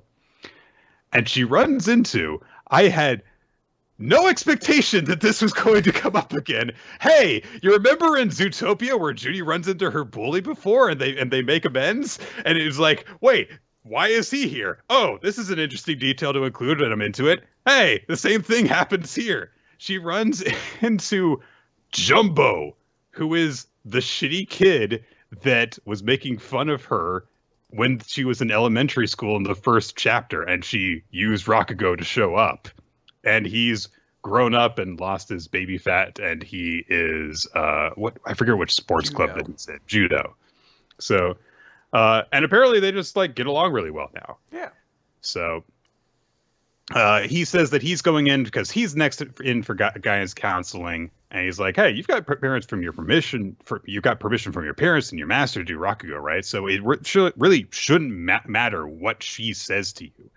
And the guy is like, man, I can't believe you're the same little boy who would fake cry to get me in trouble and stuff. And he's really embarrassed about it, which makes sense. That is a pretty shitty thing that he did, and I would be embarrassed about it too. But she kind of like, teased him for a little bit. But then she says, thanks. You were worried I was feeling down, right? I'll be fine. I don't like feeling like I've lost an argument. I'm going to make her recognize that Rakugo is the career for me. Iwa Sensei is what she calls her. That's a much easier thing to say. So, anyway, Jumbo goes in to talk with Iwa Sensei, and he says she's still, however, worried about Akane, and she says, hey, did Miss Ozaki seem upset to you? And Jumbo says, oh, she'll be fine. But Iwa Sensei is like, I feel like maybe I was a bit too hard on her, and I should apologize for that. And Jumbo asks, hey, are you against her becoming a Rakugoka? To which she tries to say it's none of your business, but then she says, look, I think that Akane's got some measure of social intelligence, but I always feel like she's losing focus during class. I hear her muttering weird things to herself or smiling at nothing in particular, and I'm kind of worried about her. Which Jumbo's like, oh man, that airhead, but I'm pretty sure that the idea here is that Akane is just thinking about / practicing Rakugo in these moments. So we get our chapter title when Iwa Sensei says, sometimes students can be myopic, making decisions about their future based on some fleeting feelings. And I suspect she's one of them, which is why I'm being a bit more forceful, trying to guide her in the right direction. But Jumbo thinks back to a conversation he had with Akane where he asked, hey, if you're going to be a Rakugoka, are you sure about that after what happened with your dad? But Akane just said, I've made up my mind. And that's it. So Jumbo says, hey, did Akane give you a flyer? And she's like, well, I didn't get it from her. She shoved it into my hand. So Jumbo says, would you like to go see that event with me? And in a moment for some reason, deeply appreciate, Iwa Sensei says, no. If I attended an out-of-school event with a male student, it would damage my reputation. Like, absolutely not. It's like very, very observant here. And so Joe was like, okay, that's not what I'm trying to say. We can go separately. I just want you to go and see it. I think you should watch some Rakugo before you decide if he's being myopic or not. See, I want other mangaka to take note of this scene, because you could have easily had Jumbo trying to pick her up and made it weird and creepy, but instead he is just legitimately a good guy, and there was no weird, creepy ulterior motive, unless next chapter he reveals like, no, I wanted a date with the guidance counselor. But like, you know, you don't have to do the dumb joke. You can just let it go. I mean, there is a joke there. Yeah. It is like her making observation that's not there, and him having to be like, no, it's not what I'm talking about. Like, you know, the personality clashes would result in humor. That's it. And Jumbo says, because Iwa Sensei recognizes you're kind of arguing a lot on her behalf, but Jumbo says, look, I've known her since elementary school, and I feel like I understand the weight of Akane's decision a bit more than others do. If you want to know what I mean, you should go and watch the Rakugo, unless you want to judge her future without seeing what she's so passionate about. But that would be myopic, wouldn't it? So Iwa Sensei goes to see some Rakugo. She goes to the event that what the flyer was for. She establishes that she thought it was kind of fishy because the building didn't seem great, but once they got in there, it's like, oh, there's a nice crowd. It's actually nicer inside than I was expecting. And then she spots where Jumbo is sitting because a woman approaches him and says, oh, you're Akane's friend. Well, enjoy the show. Which I like. I love this detail because, like, oh, Jumbo's been coming to a few of Akane's things. What a good friend. Yes. So they're all set. And Akane's like, okay, so the owner of this place already knows Akane. I believe this is the place that she had her debut at, but I'm not sure. This is the place where she met the other dude and left thinking that no one wrote a note for her, and then the old lady was like, oh, but here they are. Yeah, right. And we see that the event is for two of the Arakawa disciples, Kyoji and Kenbishi, who is one that we haven't really been introduced to yet. But neither of them is who comes to the current first. It's Akane, who is getting to open up for them again. And of course, Iwa Sensei is shocked. And she's like, wait a minute, her name's not on the flyer. What's going on here? Isn't this a professional event? And she's performing in front of all these adults. And yet she looks so relaxed. She's a completely different person than the girl that I see at school. And the chapter closes with Akane making her opening remark to start her story. This is a really nice chapter. Yeah, I thought it was a good one. This is not like a chapter that like blows my mind or anything like that, but it was good. It was solid, you know, fun times. I really like the character interactions in this, and I like seeing a bit more of the world outside of Rakugo, you know, and in terms of how it perceives Rakugo, and not just like Rakugo fans talking about Rakugo, but like total outsiders talking about it. Yeah. It's nice. All right, Blue Box, chapter number 50, Unfair Woman. We see that Class 1B is preparing for the Snow White play, in particular, with Hina, you know, trying to recite her lines as Snow White. And she gets to a point where she's going through where she kind of stumbles over her lines, and she's really apologetic for it. But everyone's like, "Oh no, you've done a really good job memorizing it in the time that we've been at this. So good, you know, you're doing great so far." Taiki observes like she's doing better than I expected and stuff, and they're like, "Yeah, she's got a real gift for performing in front of an audience. Makes sense. She does rhythmic gymnastics, which is a performance in front of an audience, so she's comfortable." Yeah. So, the glasses guy's name is Kyo. There it is. It's right there. Kyo, Kyo, Kyo. Hey, Kyo. How you doing, Kyo? Good Hey, old dog, Kyo. Kyo. How are you doing, Kyo? It's been a long time, Kyo. How you doing, Kyo? Kyo's your name, Kyo. Kyo. All right. I'll forget this next week. So The character shows up later in the chapter, like, so Glass's friend comes up and says, "Hello, everybody. My name's Kyo. All right, Kyo. Kyo, right, Kyo. No, wait, Kyo can't be his name. Kyo's the name of Akane's teacher. There can't be two of them. It can't be two Kyos. So,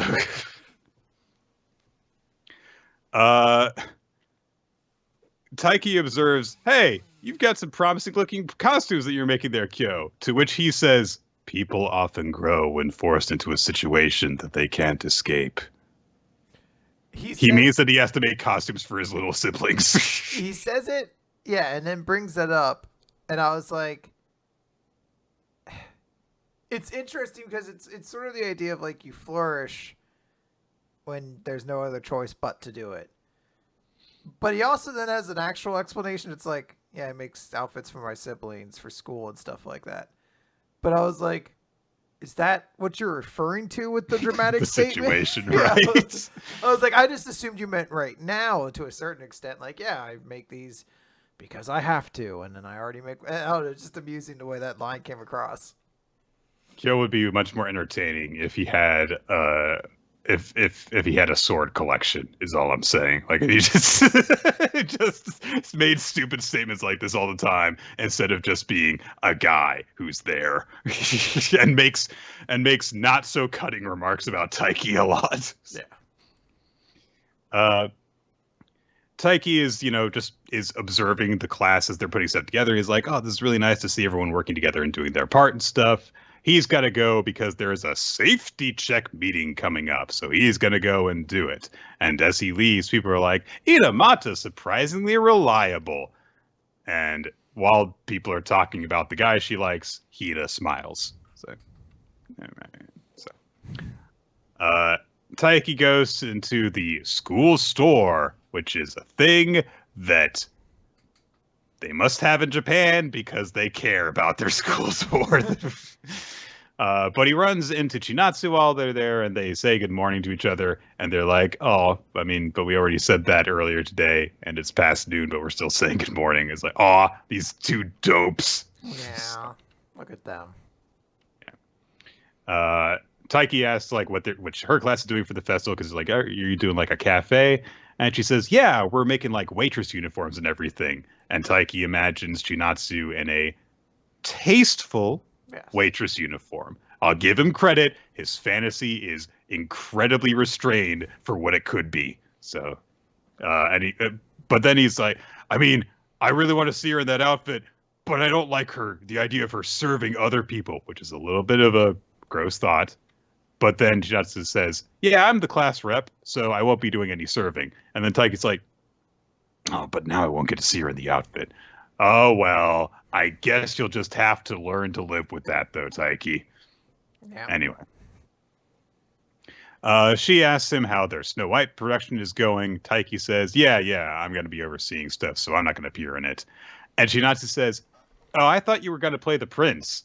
And Taiki's like, "What? No." Which is, yeah. He then says, "One of the tall girls in class is going to play the prince," which, yep, okay, makes sense. Sounds good. Yep. So, Hina and some of the girls from their class also come into the school store, and she's like, "Hey, the teachers are looking for you." And then she spots Chinatsu, and they're both just kind of like, "Hi." And then anyway, they break off to do separate conversations and stuff. Chinatsu bids farewell so that they can talk about stuff. While she leaves, she kind of just observes Taiki interacting with Hina and just kind of like looks over her shoulder at them a bit. We cut to later that evening. Chinatsu, of course, is currently living with her mother. And I don't know if this scene is relatable to anyone. But because of all the details that go into it, I didn't really relate to it. That's all I'm just gonna say. Okay. So Chinatsu is huddled on the couch when her mother comes out of the shower. It's like, hey, the shower's free. But then she sees that Chinatsu is engrossed in a drama that she's watching. And the drama is about two girls arguing. And one of them is saying, Koyuki, you knew that I have feelings for Kumai. And Koyuki says, oh, yeah, but it was just a business trip we went to. Well, I bet you even shared a Zunda shake and gushed about how delicious it was. It was for work. You know I couldn't help it, Aki. I mean, it was a good shake, though. Yeah. It's a great So detail. delicious. You should really go there. It's very tasty. Yeah. So Chinatsu's mom says, Koyuki's being really unfair right now. If she brings up work, Aki can't say anything. I bet she's always leading people on. If she's really not interested in him, then she could just put some distance between them. Of course, people pursue love in different ways. But even though Koyuki feels at home by Kumai's side, being so non-committal like that would come off as unfair. Right? Don't you think so? And Chinatsu stares as blankly as she has ever stared before and just goes, yeah. Sounds about right.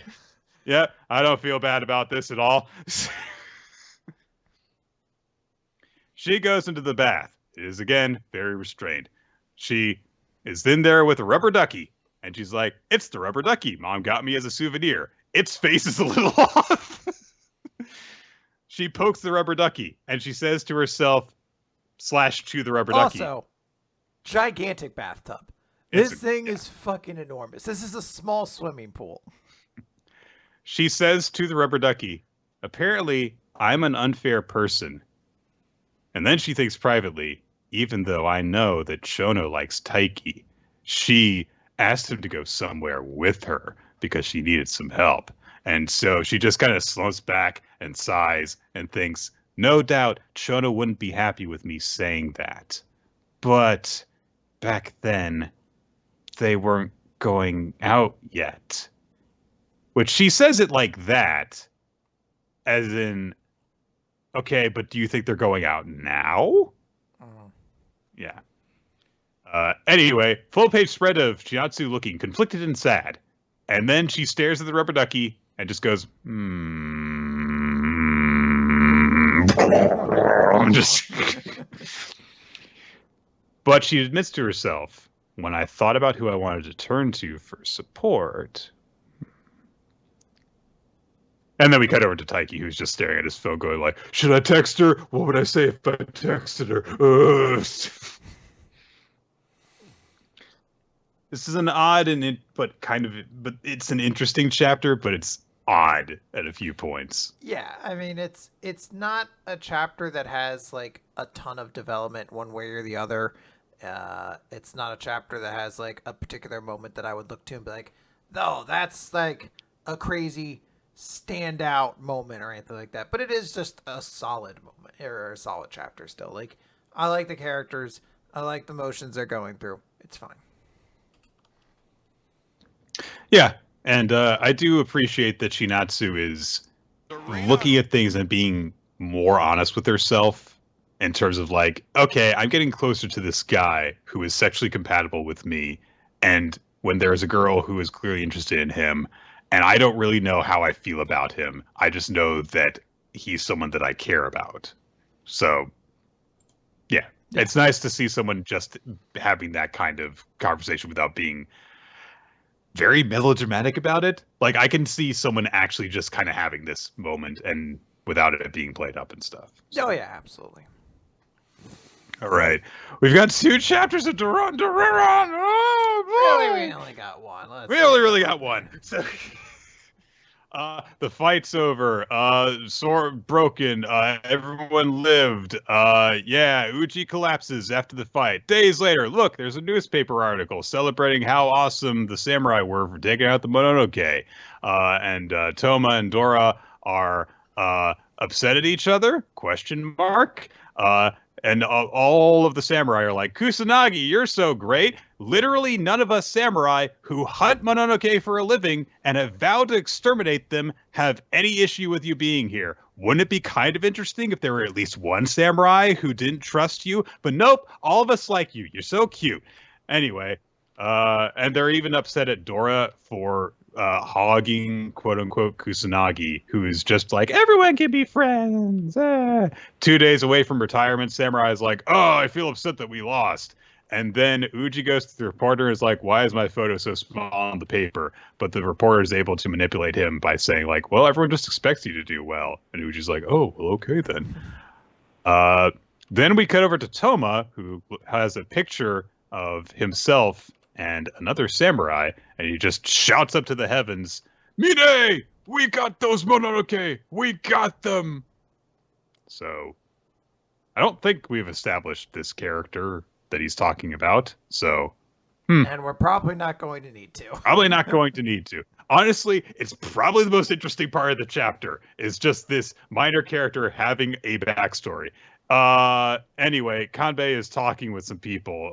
End of chapter. Okay, so chapter 20. Naotara Kamizumi. Uji wants to take Dora and Kusanagi out on patrol. Oh, it's the next day. Dora rushes to go on patrol. Hey, it's a person who's got wild hair. Naotora Kamizumi. And, they're like, oh, are you the samurai we're patrolling with? Yeah, okay. I'm Dora. I'm Kusanagi. You're wearing a dress. And Naotora's like, do they not look good on me? And Dora's like, no, they look good. Do they really? Scintillating. So they're going on patrol, and Naotora's like, "There's a force field because of the Sakimori Towers." And Dora's like, "I didn't know the towers did that." Yeah, okay. So and then Kusagi's like, "But I'm in the city. How can I be here and stuff?" And Naotora's like, "Sometimes Mononoke with weak supernatural energy can get in." And Kusanagi feels upset because he just got called weak. And Dora's like, but Kusanagi's strong. And now Tora's hiding behind a post now. Anyway, it's because now Tora's like, I feel awkward being around you. So I'll just, be far from you. Anyways, then it starts raining. And now Tora's like, oh, there goes my special outfit. But Dora throws his jacket at Naotora because...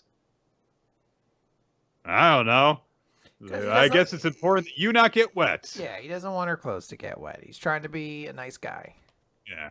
So, but now Dora's like, but do you like these clothes? Do you want to keep them dry? They take cover. And Dora's like, why'd you request us if you hate so much that you don't want to get near us or let us see you? And Dora's like, I don't hate you. And Kusanagi's like, Dora, that's not it. Dora never watches dramas, but I do. Now Tora has a crush on Dora.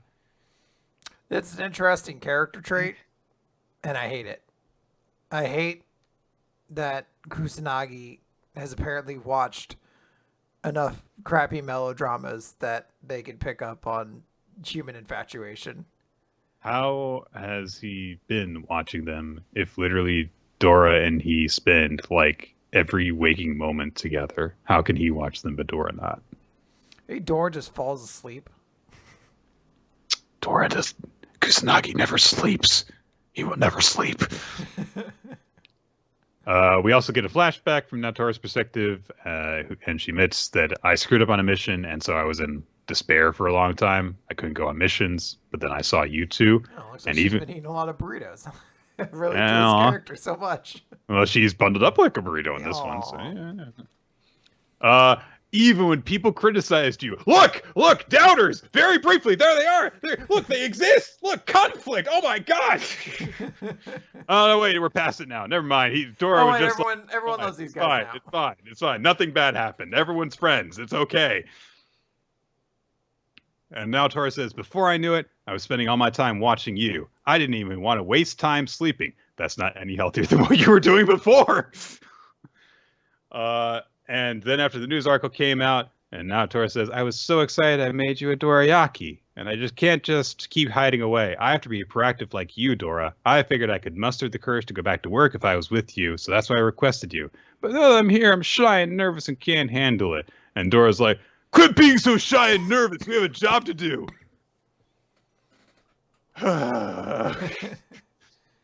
So now Tora apologizes and says, okay, I won't lose sight. That's why I screwed up my last assignment. And Dora says, then don't sneak around. Come practice and eat with us and stuff. Let's hang out anytime.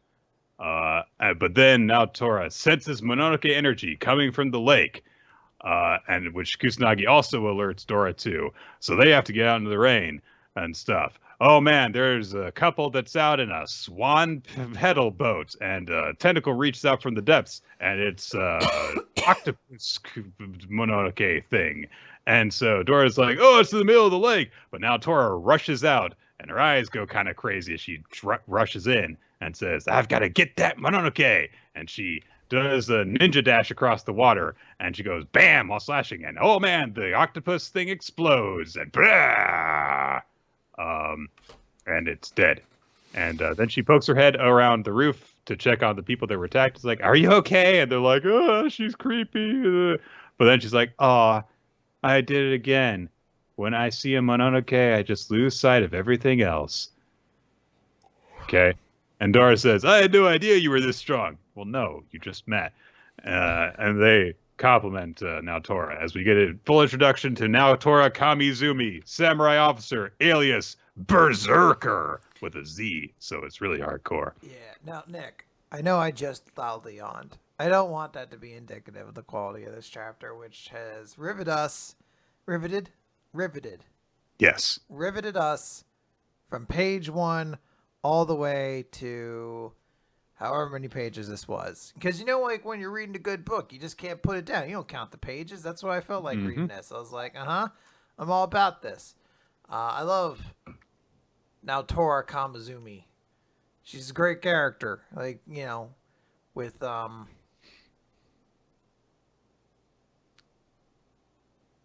her hair. Yes. That's kind of crazy. Like, he's Yu-Gi-Oh hair. That's crazy. You know what I'm actually, like, the big takeaway I have from this chapter?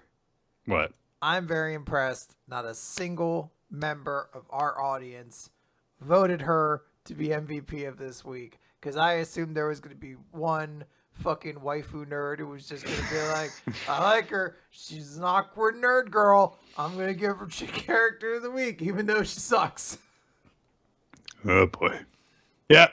So there you go. Doron Dororon, great series. Quinn, I've got a puzzle for you. Let's do it. All right. What's the segment title? Sorry. I don't have it. Oh. Podcasters postulate something.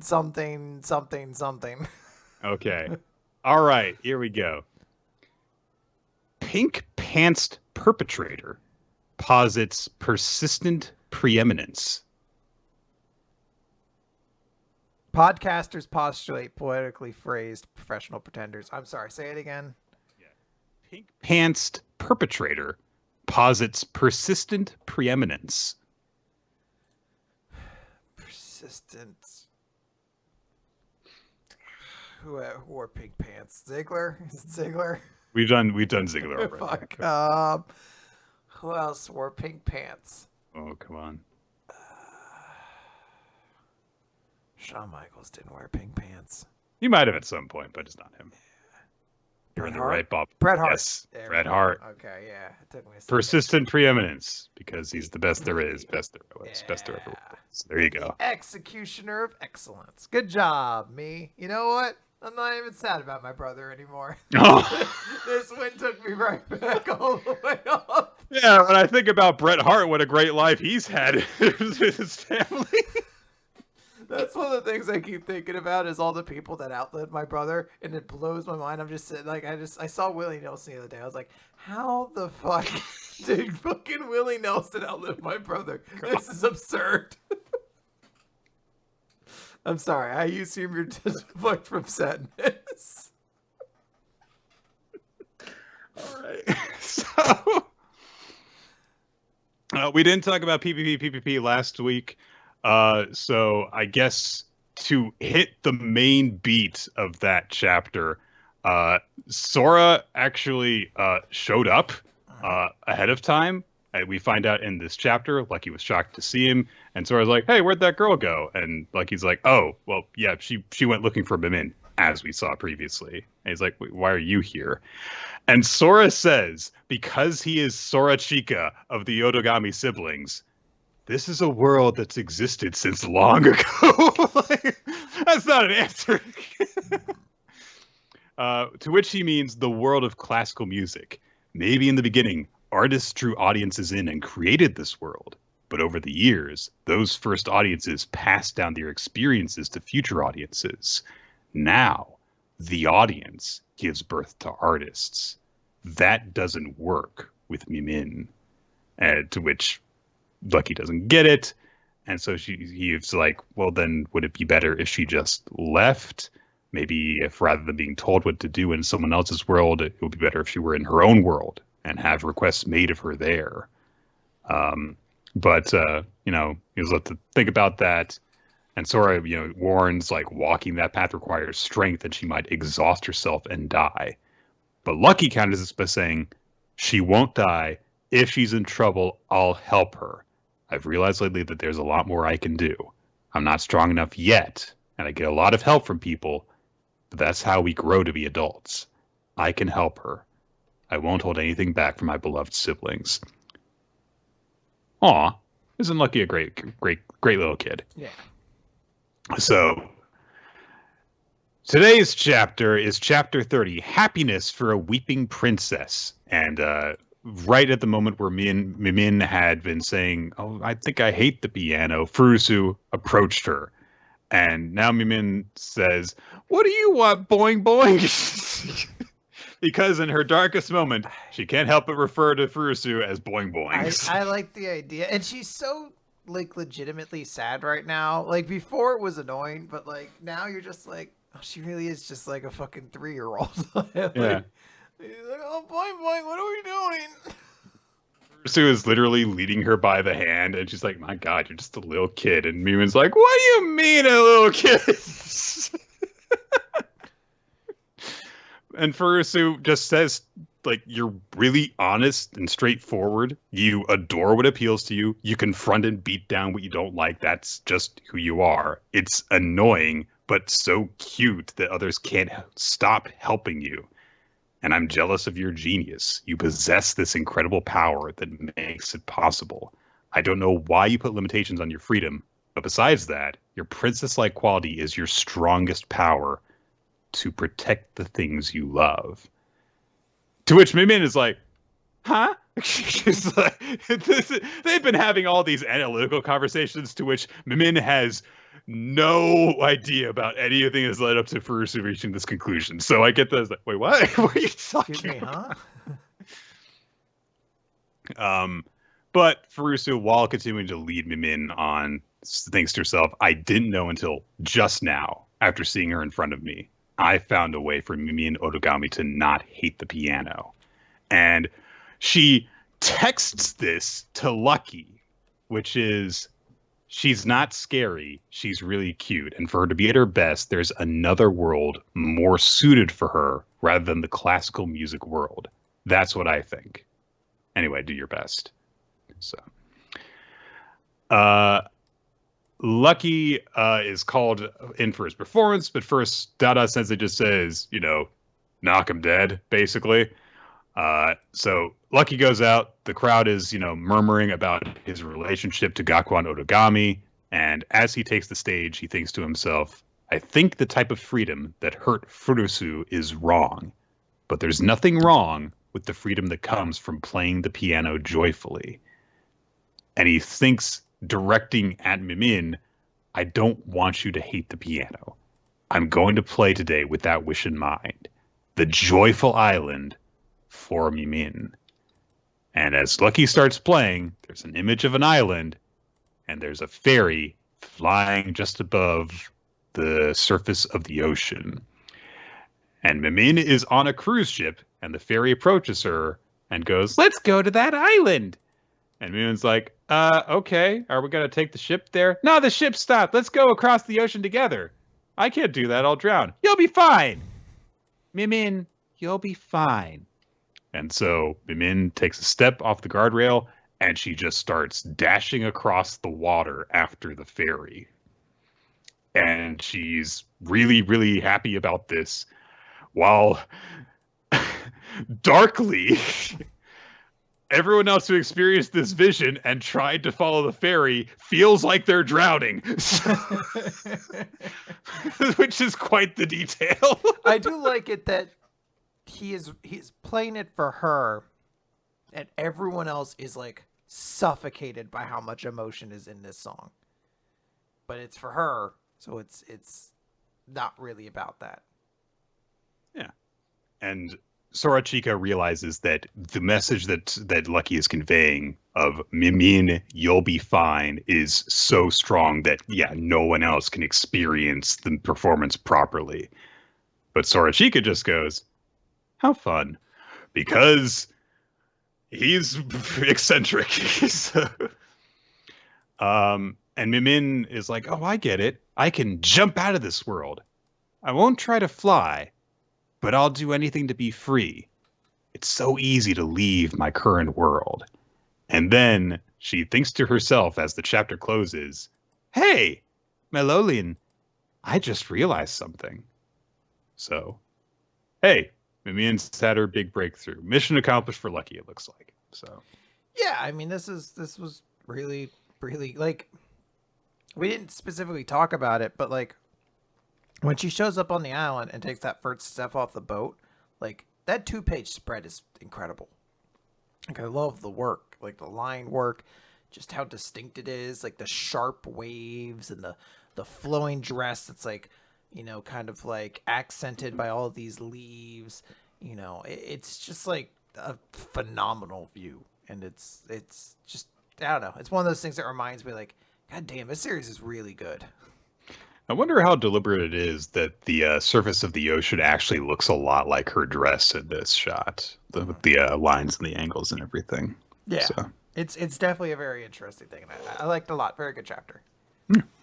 All right, Nick, let's talk about Mashle, Magic, and Muscles, I believe. Yes. Chapter 103, 105, rather. 3s look like 5 when they're looking far away. I need new glasses. Mash Burn Dead and the Armor of Challenge. So Mash is standing in front of an Iron Maiden, and Meliadula, I think is her name, says, step inside. And Mash says, I don't think I really want to. And she's like, no, there's healing magic inside. It'll take away your pain and fatigue. He's like, I don't wanna. She's like, get in. I get to get your butt in there, you bloomin' fool.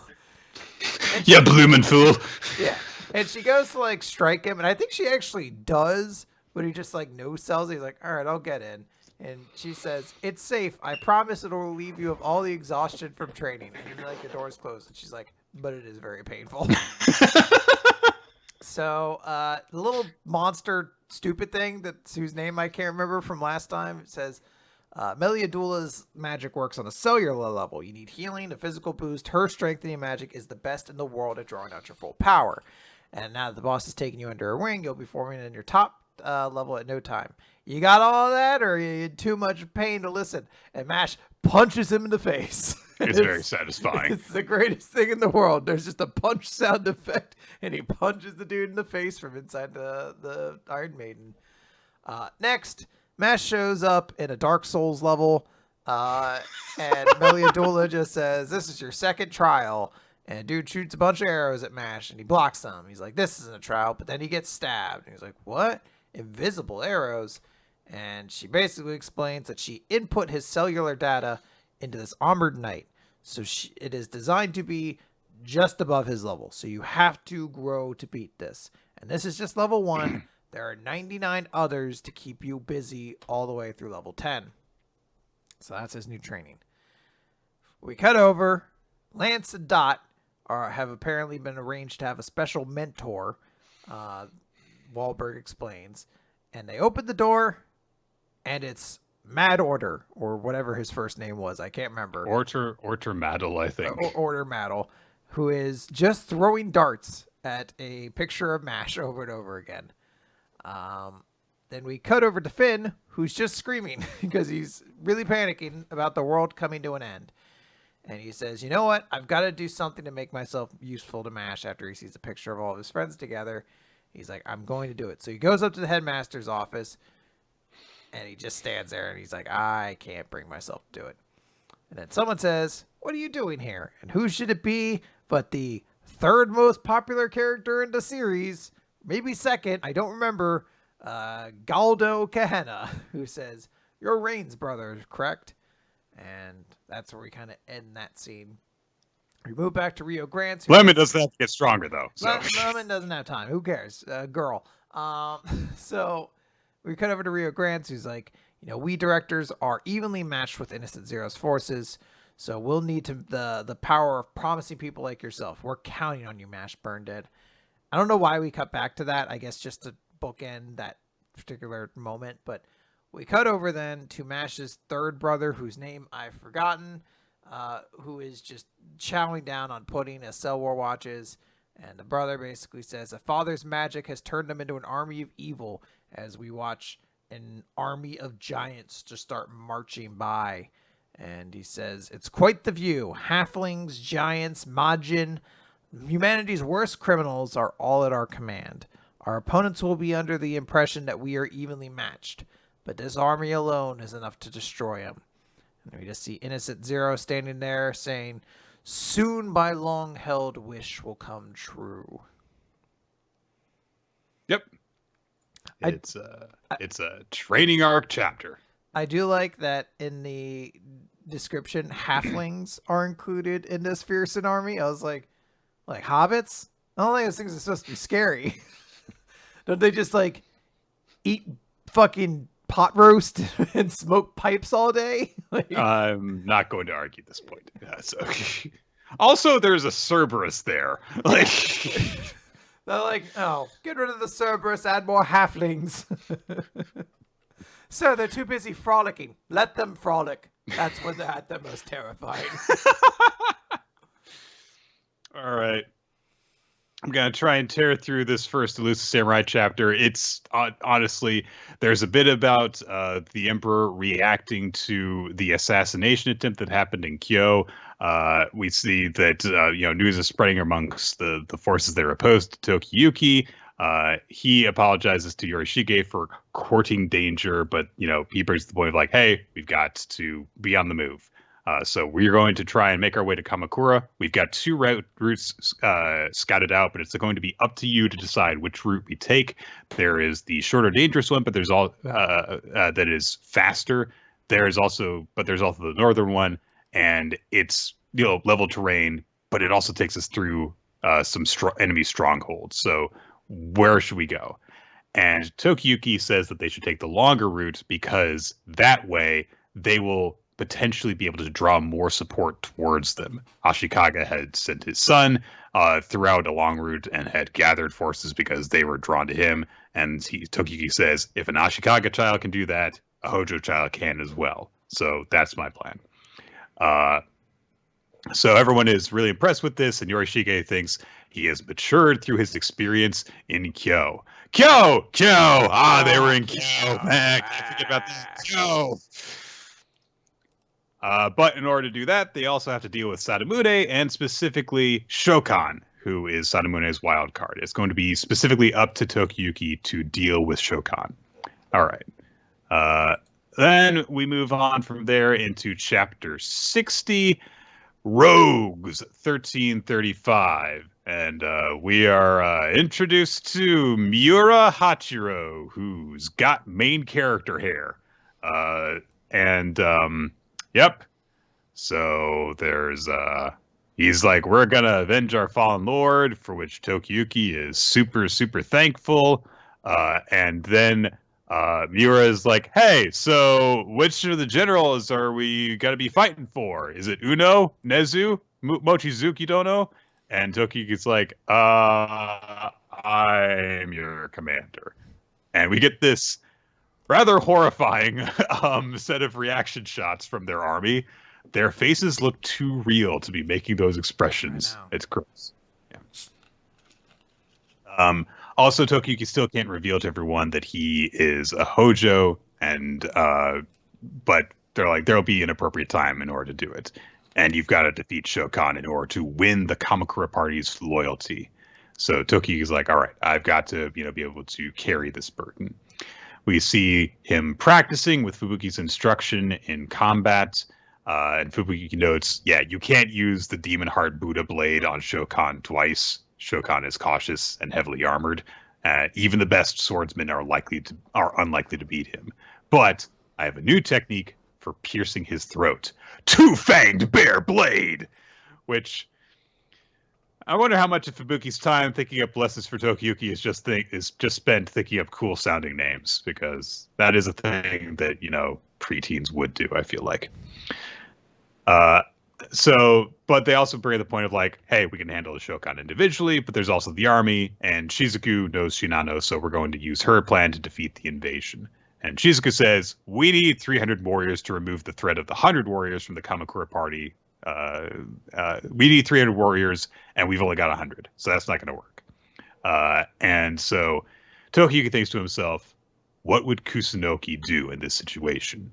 So he consults the scroll that Kusunoki gave him, and he's like, I can't read this. And so he struggles through it all night, and he thinks, okay, it must be something that it can only come from lived experience. In other words, whoever I meet, whatever I see, whatever I sense, I don't forget a single thing. Seemingly inconsequential memories from seemingly inconsequential moments may prove useful against an enemy. And so Tokiyuki thinks about that. Thinks about the last 2 years that he's had. And he realizes, as we get just a brief collage of a lot of gross moments that have come throughout the series, all of my memories are of weirdos. And nice-faced samurai who said that his head would eat through the guts of anyone if it got chopped off is there.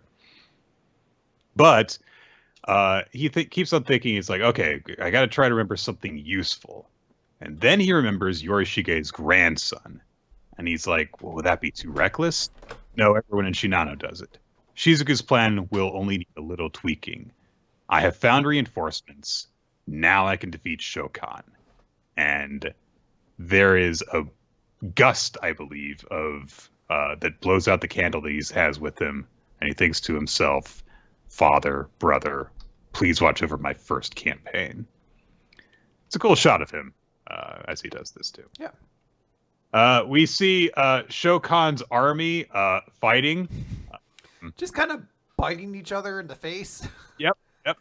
And they're like, oh, let's go rob people. Let's go rape people. Yeah. And Shokan, I can't believe this guy's not dead from the position of the sword that he digs into his neck. He's like, yeah, we're not bandits anymore.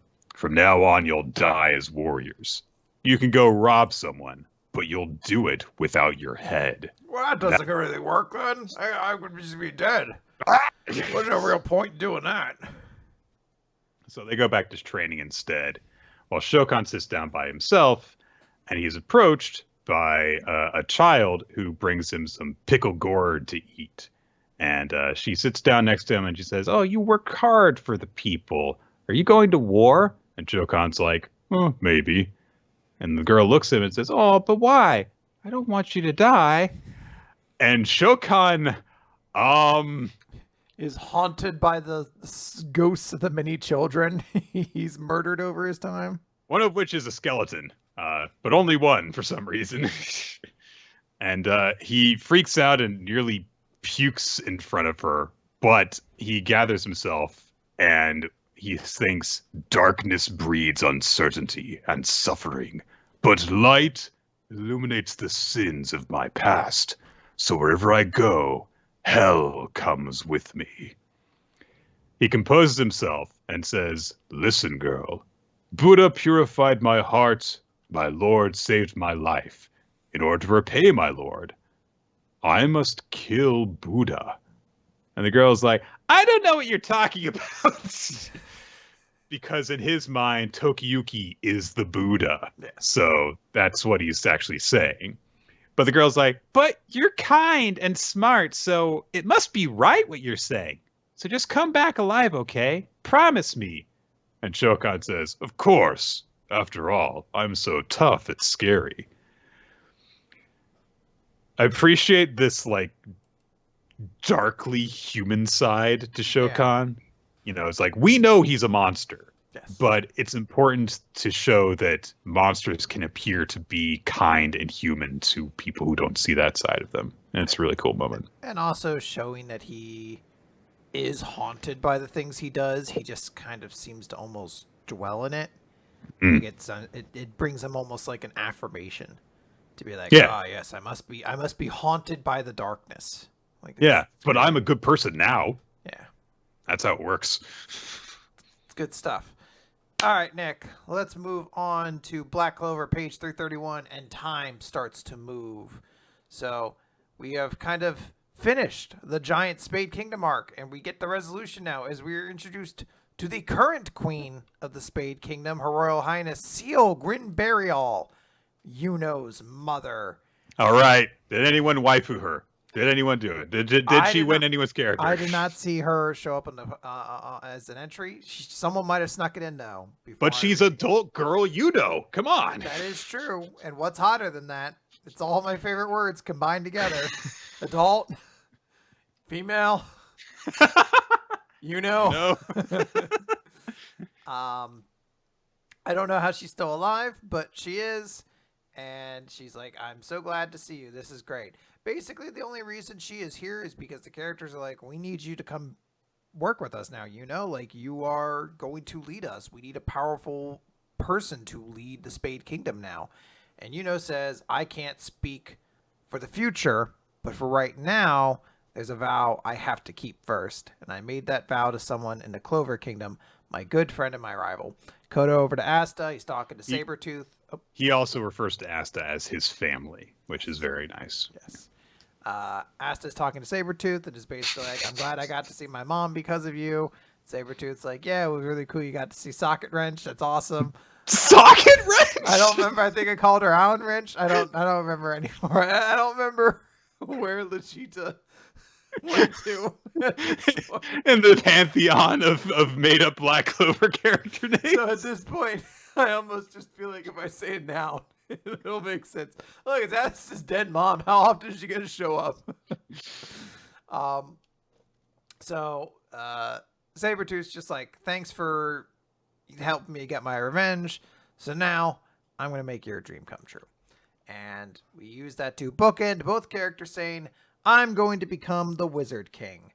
But first, I have to get everybody to admit you're a good guy, especially that Magic Parliament guy with the scales. I hate that guy. And somewhere a monkey paw curls one finger. We see, I think his name's like Dalmatio, something like that. He walks in to see Damnatio. Yeah. So he goes in to see Julius Novachrono, who's just like, oh, I'm relieved that the battle is over, but I feel this unease. No, even before all of that. And Novachrono is just like, so I need to speak with you. Ever since that trial, I've been investigating the existence of devils, and the Quillpath had 3 devils on it, but there was no Megicula listed among them.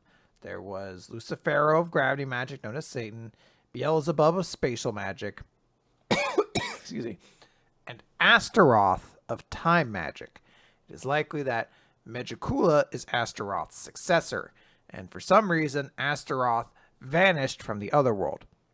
And while this may be a coincidence, in all of this world's history, as far as I can tell, there has only been a single time magic user. And while this is going on, Julius is thinking to himself, I'm not certain of this, but please tell me I'm wrong. The devil who has made its lair in this kingdom. And Julius just says, I see that it really is me. And immediately Julius is like, Damnatio, please, you have to hurry. You can't. And it stops. Julius has summoned the book, is transformed, and touches Damnatio in the forehead. And we get a little note that says, Final Arc, the Ultimate Wizard King.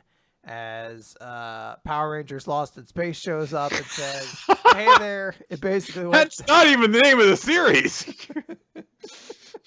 But it's what I said. So we're just sticking with it. Also, Lost in Space is a combination of two different Power Ranger seasons. Right, Lost Galaxy and In Space, yes. Power Rangers Lost in Time Force Speed Rescue. I like the idea that it was a crossover with Lost in Space. Which I don't know what it adds except another wacky robot that screams a lot. They're like, I wish Alpha was here instead of this one that just says, "Warning, Swiss Family Robinson, warning!" Aye, Will Robinson. Power Rangers Lost in Space shows up and says, it basically went the way you said it would. Lucis Zogratis. And we see whoever has taken over, or whoever has taken over Julius's body just says, yes, the time has come. Presumably this is Lucius Zogratis, but also presumably it is Astaroth. So I thought that Astaroth was the small devil's name. No, that's Astra something in Nuka. Because it's the whole point is that whoever the devil is that was in Julius had to have time magic. Because that's the only reason why Julius presumably had time magic. Right. I mean, it's honestly, it's a pretty good reveal. Yeah. Like, there was stuff setting it up, and I do appreciate that. Lucius was he's the last brother of the Spade, because it's a Spade Clover Kingdom book. So right. Fuck, what does this mean? So Julius has always secretly been Lucius Zogratis. And Astaroth. Adramelech. Yeah. No. Astaroth. Astaroth is the devil. Yeah. Who is associated with Lucius Zogratis, presumably. Yes. And Lost in Space is Adramelech. Yes. Okay. Okay, but where is Julius Novachrono? Was that ever a real person? Well, he has transformed. But is it like Patry and Leashed where they're and William? I don't, because we've known Julius Novachronos from the beginning, but okay. Well, he met Yami years ago, too. Yeah. So. Okay. I don't know. So we don't know how okay. I wanted to make sure I wasn't missing a detail, but that seems to be what it is. Oh, you can't rely on me to answer that then. Like, but hell, when this happened, I was trying to figure out if he like transferred into Damnatio too, because he happens to poke Damnatio in the forehead, and then Lucius looks just like Damnatio and has a mark on the forehead in the same place Damnatio was poked. I literally, if you go back, you hear me saying that is what happened. I'm like, yeah, and then it looks like this dude has transferred himself into it. And I'm like, nope, that's Damnatio, presumably dead on the floor. So that is not what happened. This is what happens when you have all of your boring-looking black-haired people look the same. I'm not going to lie. This is very underwhelming for, like, final antagonist character design. Like, I feel like this dude needs a little extra something to make this character look more visually distinct. Besides, he has a sun tattoo. He's just evil-looking Julius, which is not great. Like, kid Julius had a more interesting design. But we also still haven't seen Astaroth yet, so there's hope for that, that guy looking more interesting. It is, honestly, I think, a pretty good, we kept on thinking, it's like, all right, when's this last sibling gonna show up? It's like, oh, it's just been Julius the whole time. Yeah. It's like, that's a reveal. Okay. Yeah, sure. And, of course, Julius has been built up as an incredibly powerful wizard, and now we're dealing with the matter of, why does this matter? Julius is stronger than everything, even when he's, quote-unquote, been depowered. And I was like, oh, well, now he's evil. Oh, well, I guess they're fucked then. So yeah. So yeah, I think this is pretty good. It's a confusing reveal because of the way that the transformation and attack are framed.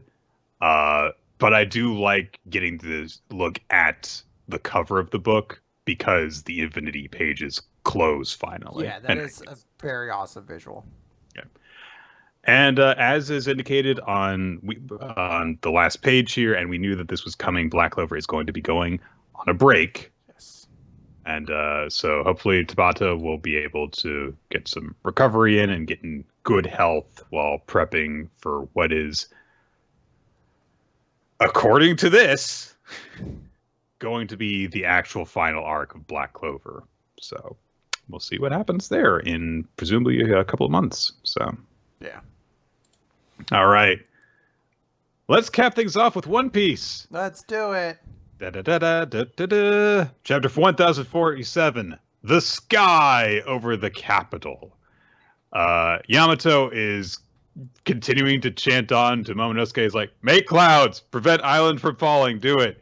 And we get a flashback from Momonosuke when he was entrusted with the kingdom's future by his mother, who said, you've got to rebuild the strength of the Kozuki clan. And he was saying what he's saying now, which is, I can't do it, though. And he, was trying to convince Toki to take Hiyori and come with them and escape together. And Kinemon had to take charge and say, you've got to do this. This is the hardest of all for your mother. And he says that this is the land of the samurai, a place where shame is as heavy as life itself. If a man argues with a grave decision that a woman summoned all of her courage to make, he does nothing but shame her. And Momonosuke is like, but I'm 8! Good point. But Kinemon says, you'll forgive me for saying so, but in the wake of Lord Odin's passing, you are not just a child anymore. Will you give us another chance to fight? If our lives are only going to be given over to the flames, then we would prefer to perish for our liege with blades in hand. Will you allow us to die as samurai? And he bows before Momonosuke, along with Raizo, and the fucking traitor Kanjuro. I don't like that he is the second most prominent samurai in this picture when we know what we know about him. So Momonosuke is convinced to accept this, and now in the present he thinks, I'm failing my mother, and so he keeps on trying to lift up Onigashima with the flame clouds. Kaido, fighting Luffy, says, so you grabbed the lightning, eh? Which is... Yep, that's what happened. And yeah, Luffy throws lightning at Kaido. It misses. And Kaido's like, play all the games you want. But... And he launches an attack at Luffy, who pole dances on the lightning bolt from the momentum of it. That is a way to describe it. Kaido declares abilities alone cannot conquer the world. And as Luffy tries to launch an attack, Kaido just goes over his foot and clubs him into the ground again, while Luffy's foot is shooting off in the background, which is a nice detail. Kaido goes on saying, the world is convenient that way. Roger didn't have any fruit powers. Because only Haki can transcend all! Until it can't, Yeah. Look, One Piece makes its rules up as it goes along, sometimes it feels like, but... Luffy gets battered into the ground, and it's still rubber, so he bounces right back up to Kaido, who just hits him again. So it turned on him, unfortunately. As Kaido uses Destroyer of Death, Thunder Bagua, which is the most extra attack name. But Luffy, even though he's got birds flying around the big lump in his head, has a grip on Kaido's chest, and it's stretching because Kaido is rubber too. Kaido grabs onto Luffy's arm and starts hitting it with his club and trying to get loose, but then he declares, you're only telling me where to find you, because Luffy has now gone up into the thundercloud. He has cover, but he's now attached to Kaido, who transforms into a dragon and starts launching attacks at him. And he observes that Luffy is still weak against cutting attacks as they start slashing through Luffy's body. And then we cut down to the festival. And people are releasing their lanterns up into the sky. And they say, the festival's coming to an end. We're going to be worked like slaves again tomorrow. I hope I get to live another year. Ooh. And as they unleash them, we also see Otoko, who is laughing, and they're all chanting for the lanterns to stay steady and keep floating up into the sky. Kaido hits Blast Breath. Luffy is smoldering and black because he's a cartoon, and that's what happens when you get hit by fire. I do love that they do follow it, because earlier in a chapter where he got hit really hard, he had the bird spinning around the head. Yes. The logic continues, yes. We cut inside the Skull Dome. Hyogoro is on the ground, and everyone's like, oh my god, Onigashima is falling, but Hyogoro thinks that this is good because it means they're pressuring Kaido. And he tells everyone, tell me, which would you prefer? If the Straw Hat Fellow defeats Kaido, we will all fall to our deaths. But if we survive, it means Kaido's won.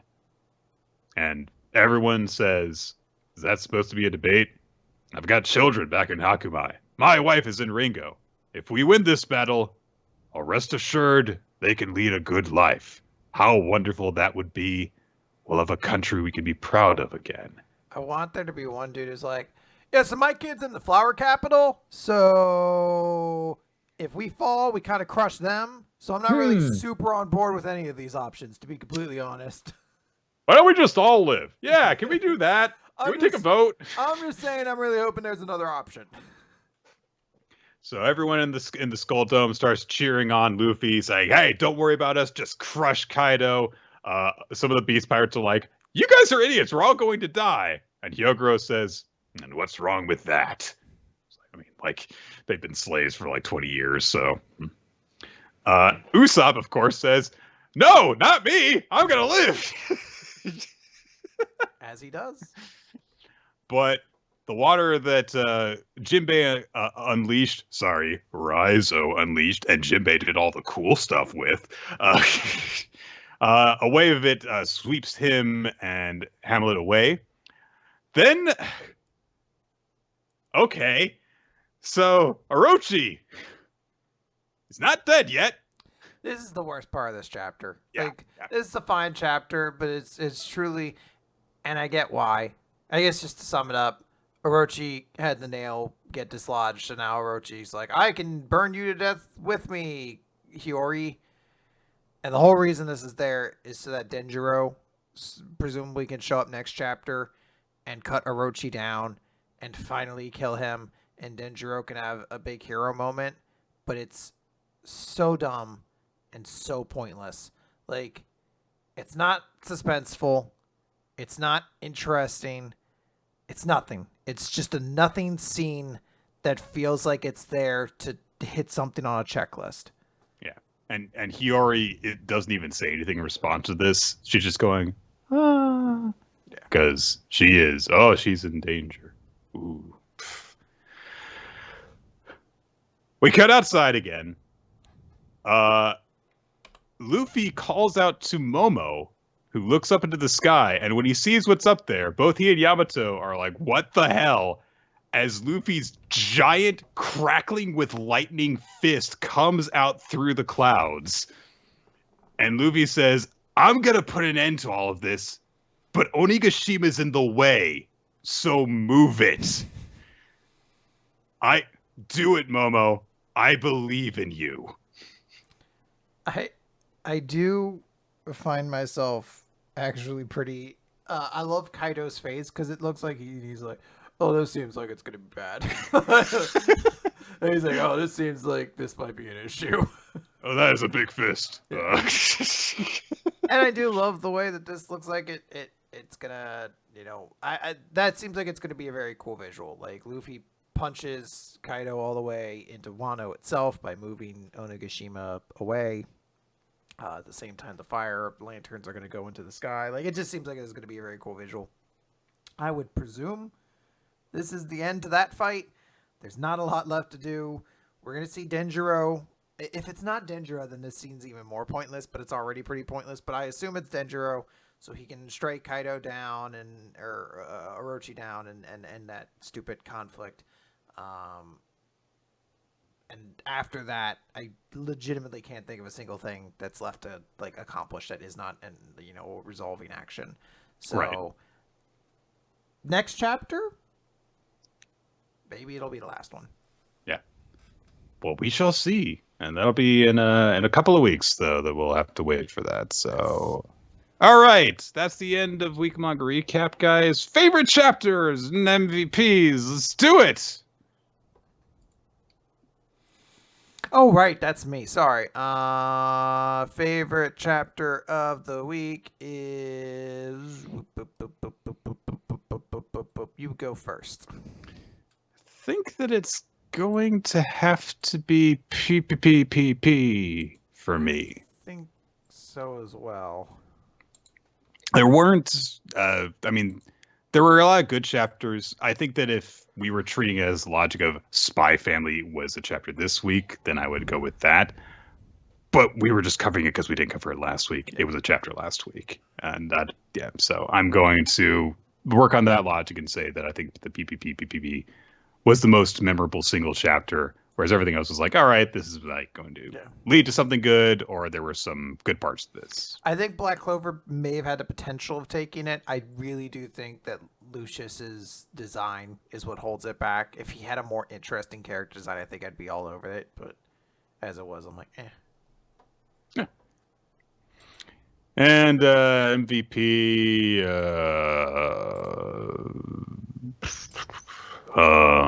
I'm gonna give mine to Rip from Undead Unluck. I like the chapter form. I thought it did a lot to like flesh out his personality, make me more interested in him, which is ultimately what you want. I'm gonna give mine to Shokan from Elusive Samurai. Okay. I really like that moment of all the children swarming over him. It's very memorable, and then his reaction to it is just like momentary horror, and then he's like, but I will kill Buddha, so everything will be fine. It's like, oh, this guy's messed up. Yeah, this guy's got definitely some problems. Yeah. No, that's great. The audience agrees with you on Shokan, by the way, and the audience also picked Black Clover as the chapter of the week. So totally understandable, good picks. Yeah. All right, guys, that is going to do it for Weekly Manga Recap. Thank you all for joining us here on twitch.tv/RoloT, where we record the show Wednesday evenings, usually starting around 7:30 Eastern time. But you can also follow us on social media. Depending on if someone is going to buy it or not, I don't know. So, RoloT, Nick F Time, WMR Podcast, follow those, and also keep up with everything on the WMR Discord. You can participate in conversations about the chapters that we recap each week, as well as the series that we cover as a recommendation. Use that to find the WMR doc, Main Time and NHX3i, and make your own recommendations for future stuff for us to read and talk about. Absolutely. Patreon.com/Weekly Manga Recap if you want to chip in a little bit financially. We do release bonus content on there for you. There is monthly other recap as well as bonus episodes that happen each month. There is you can find other episodes of the show youtube.com/Weekly Manga Recap for video versions, weeklymangarecap.poppy.com for audio versions, and the podcast is available on iTunes and Spotify and all those places. We also want to thank Ninja X3i, Winsley Dale Cheddar, and Milo Jack Stillitz for creating the opening sequence of the video version of Weekly Manga Recap, and Steve Man, who does title cards for us. You can check out Steve Man Art on Twitter. Yes. I think that. Yeah. All right. So, I think that's gonna do it. Let's wrap this up. Let's go home. You know. All right, I guess you're home. I guess I'm home too. Can I note that this past week I have been in like just ludicrous brain fog? I get that. Where there's moments where you're just like, where the hell am I? What am I doing? What day is it? I don't even know what day it is anymore. Yep. We need a joke to go out on. We can't go off on that because that sounds sad. I'm fine. I am fine. We need like a joke. Yeah, so does anyone know if... Okay. I forgot what I was going to say. Great bit. Let's wrap it up. I was going to complain about something, and I forget what I was mad about. It was something anime.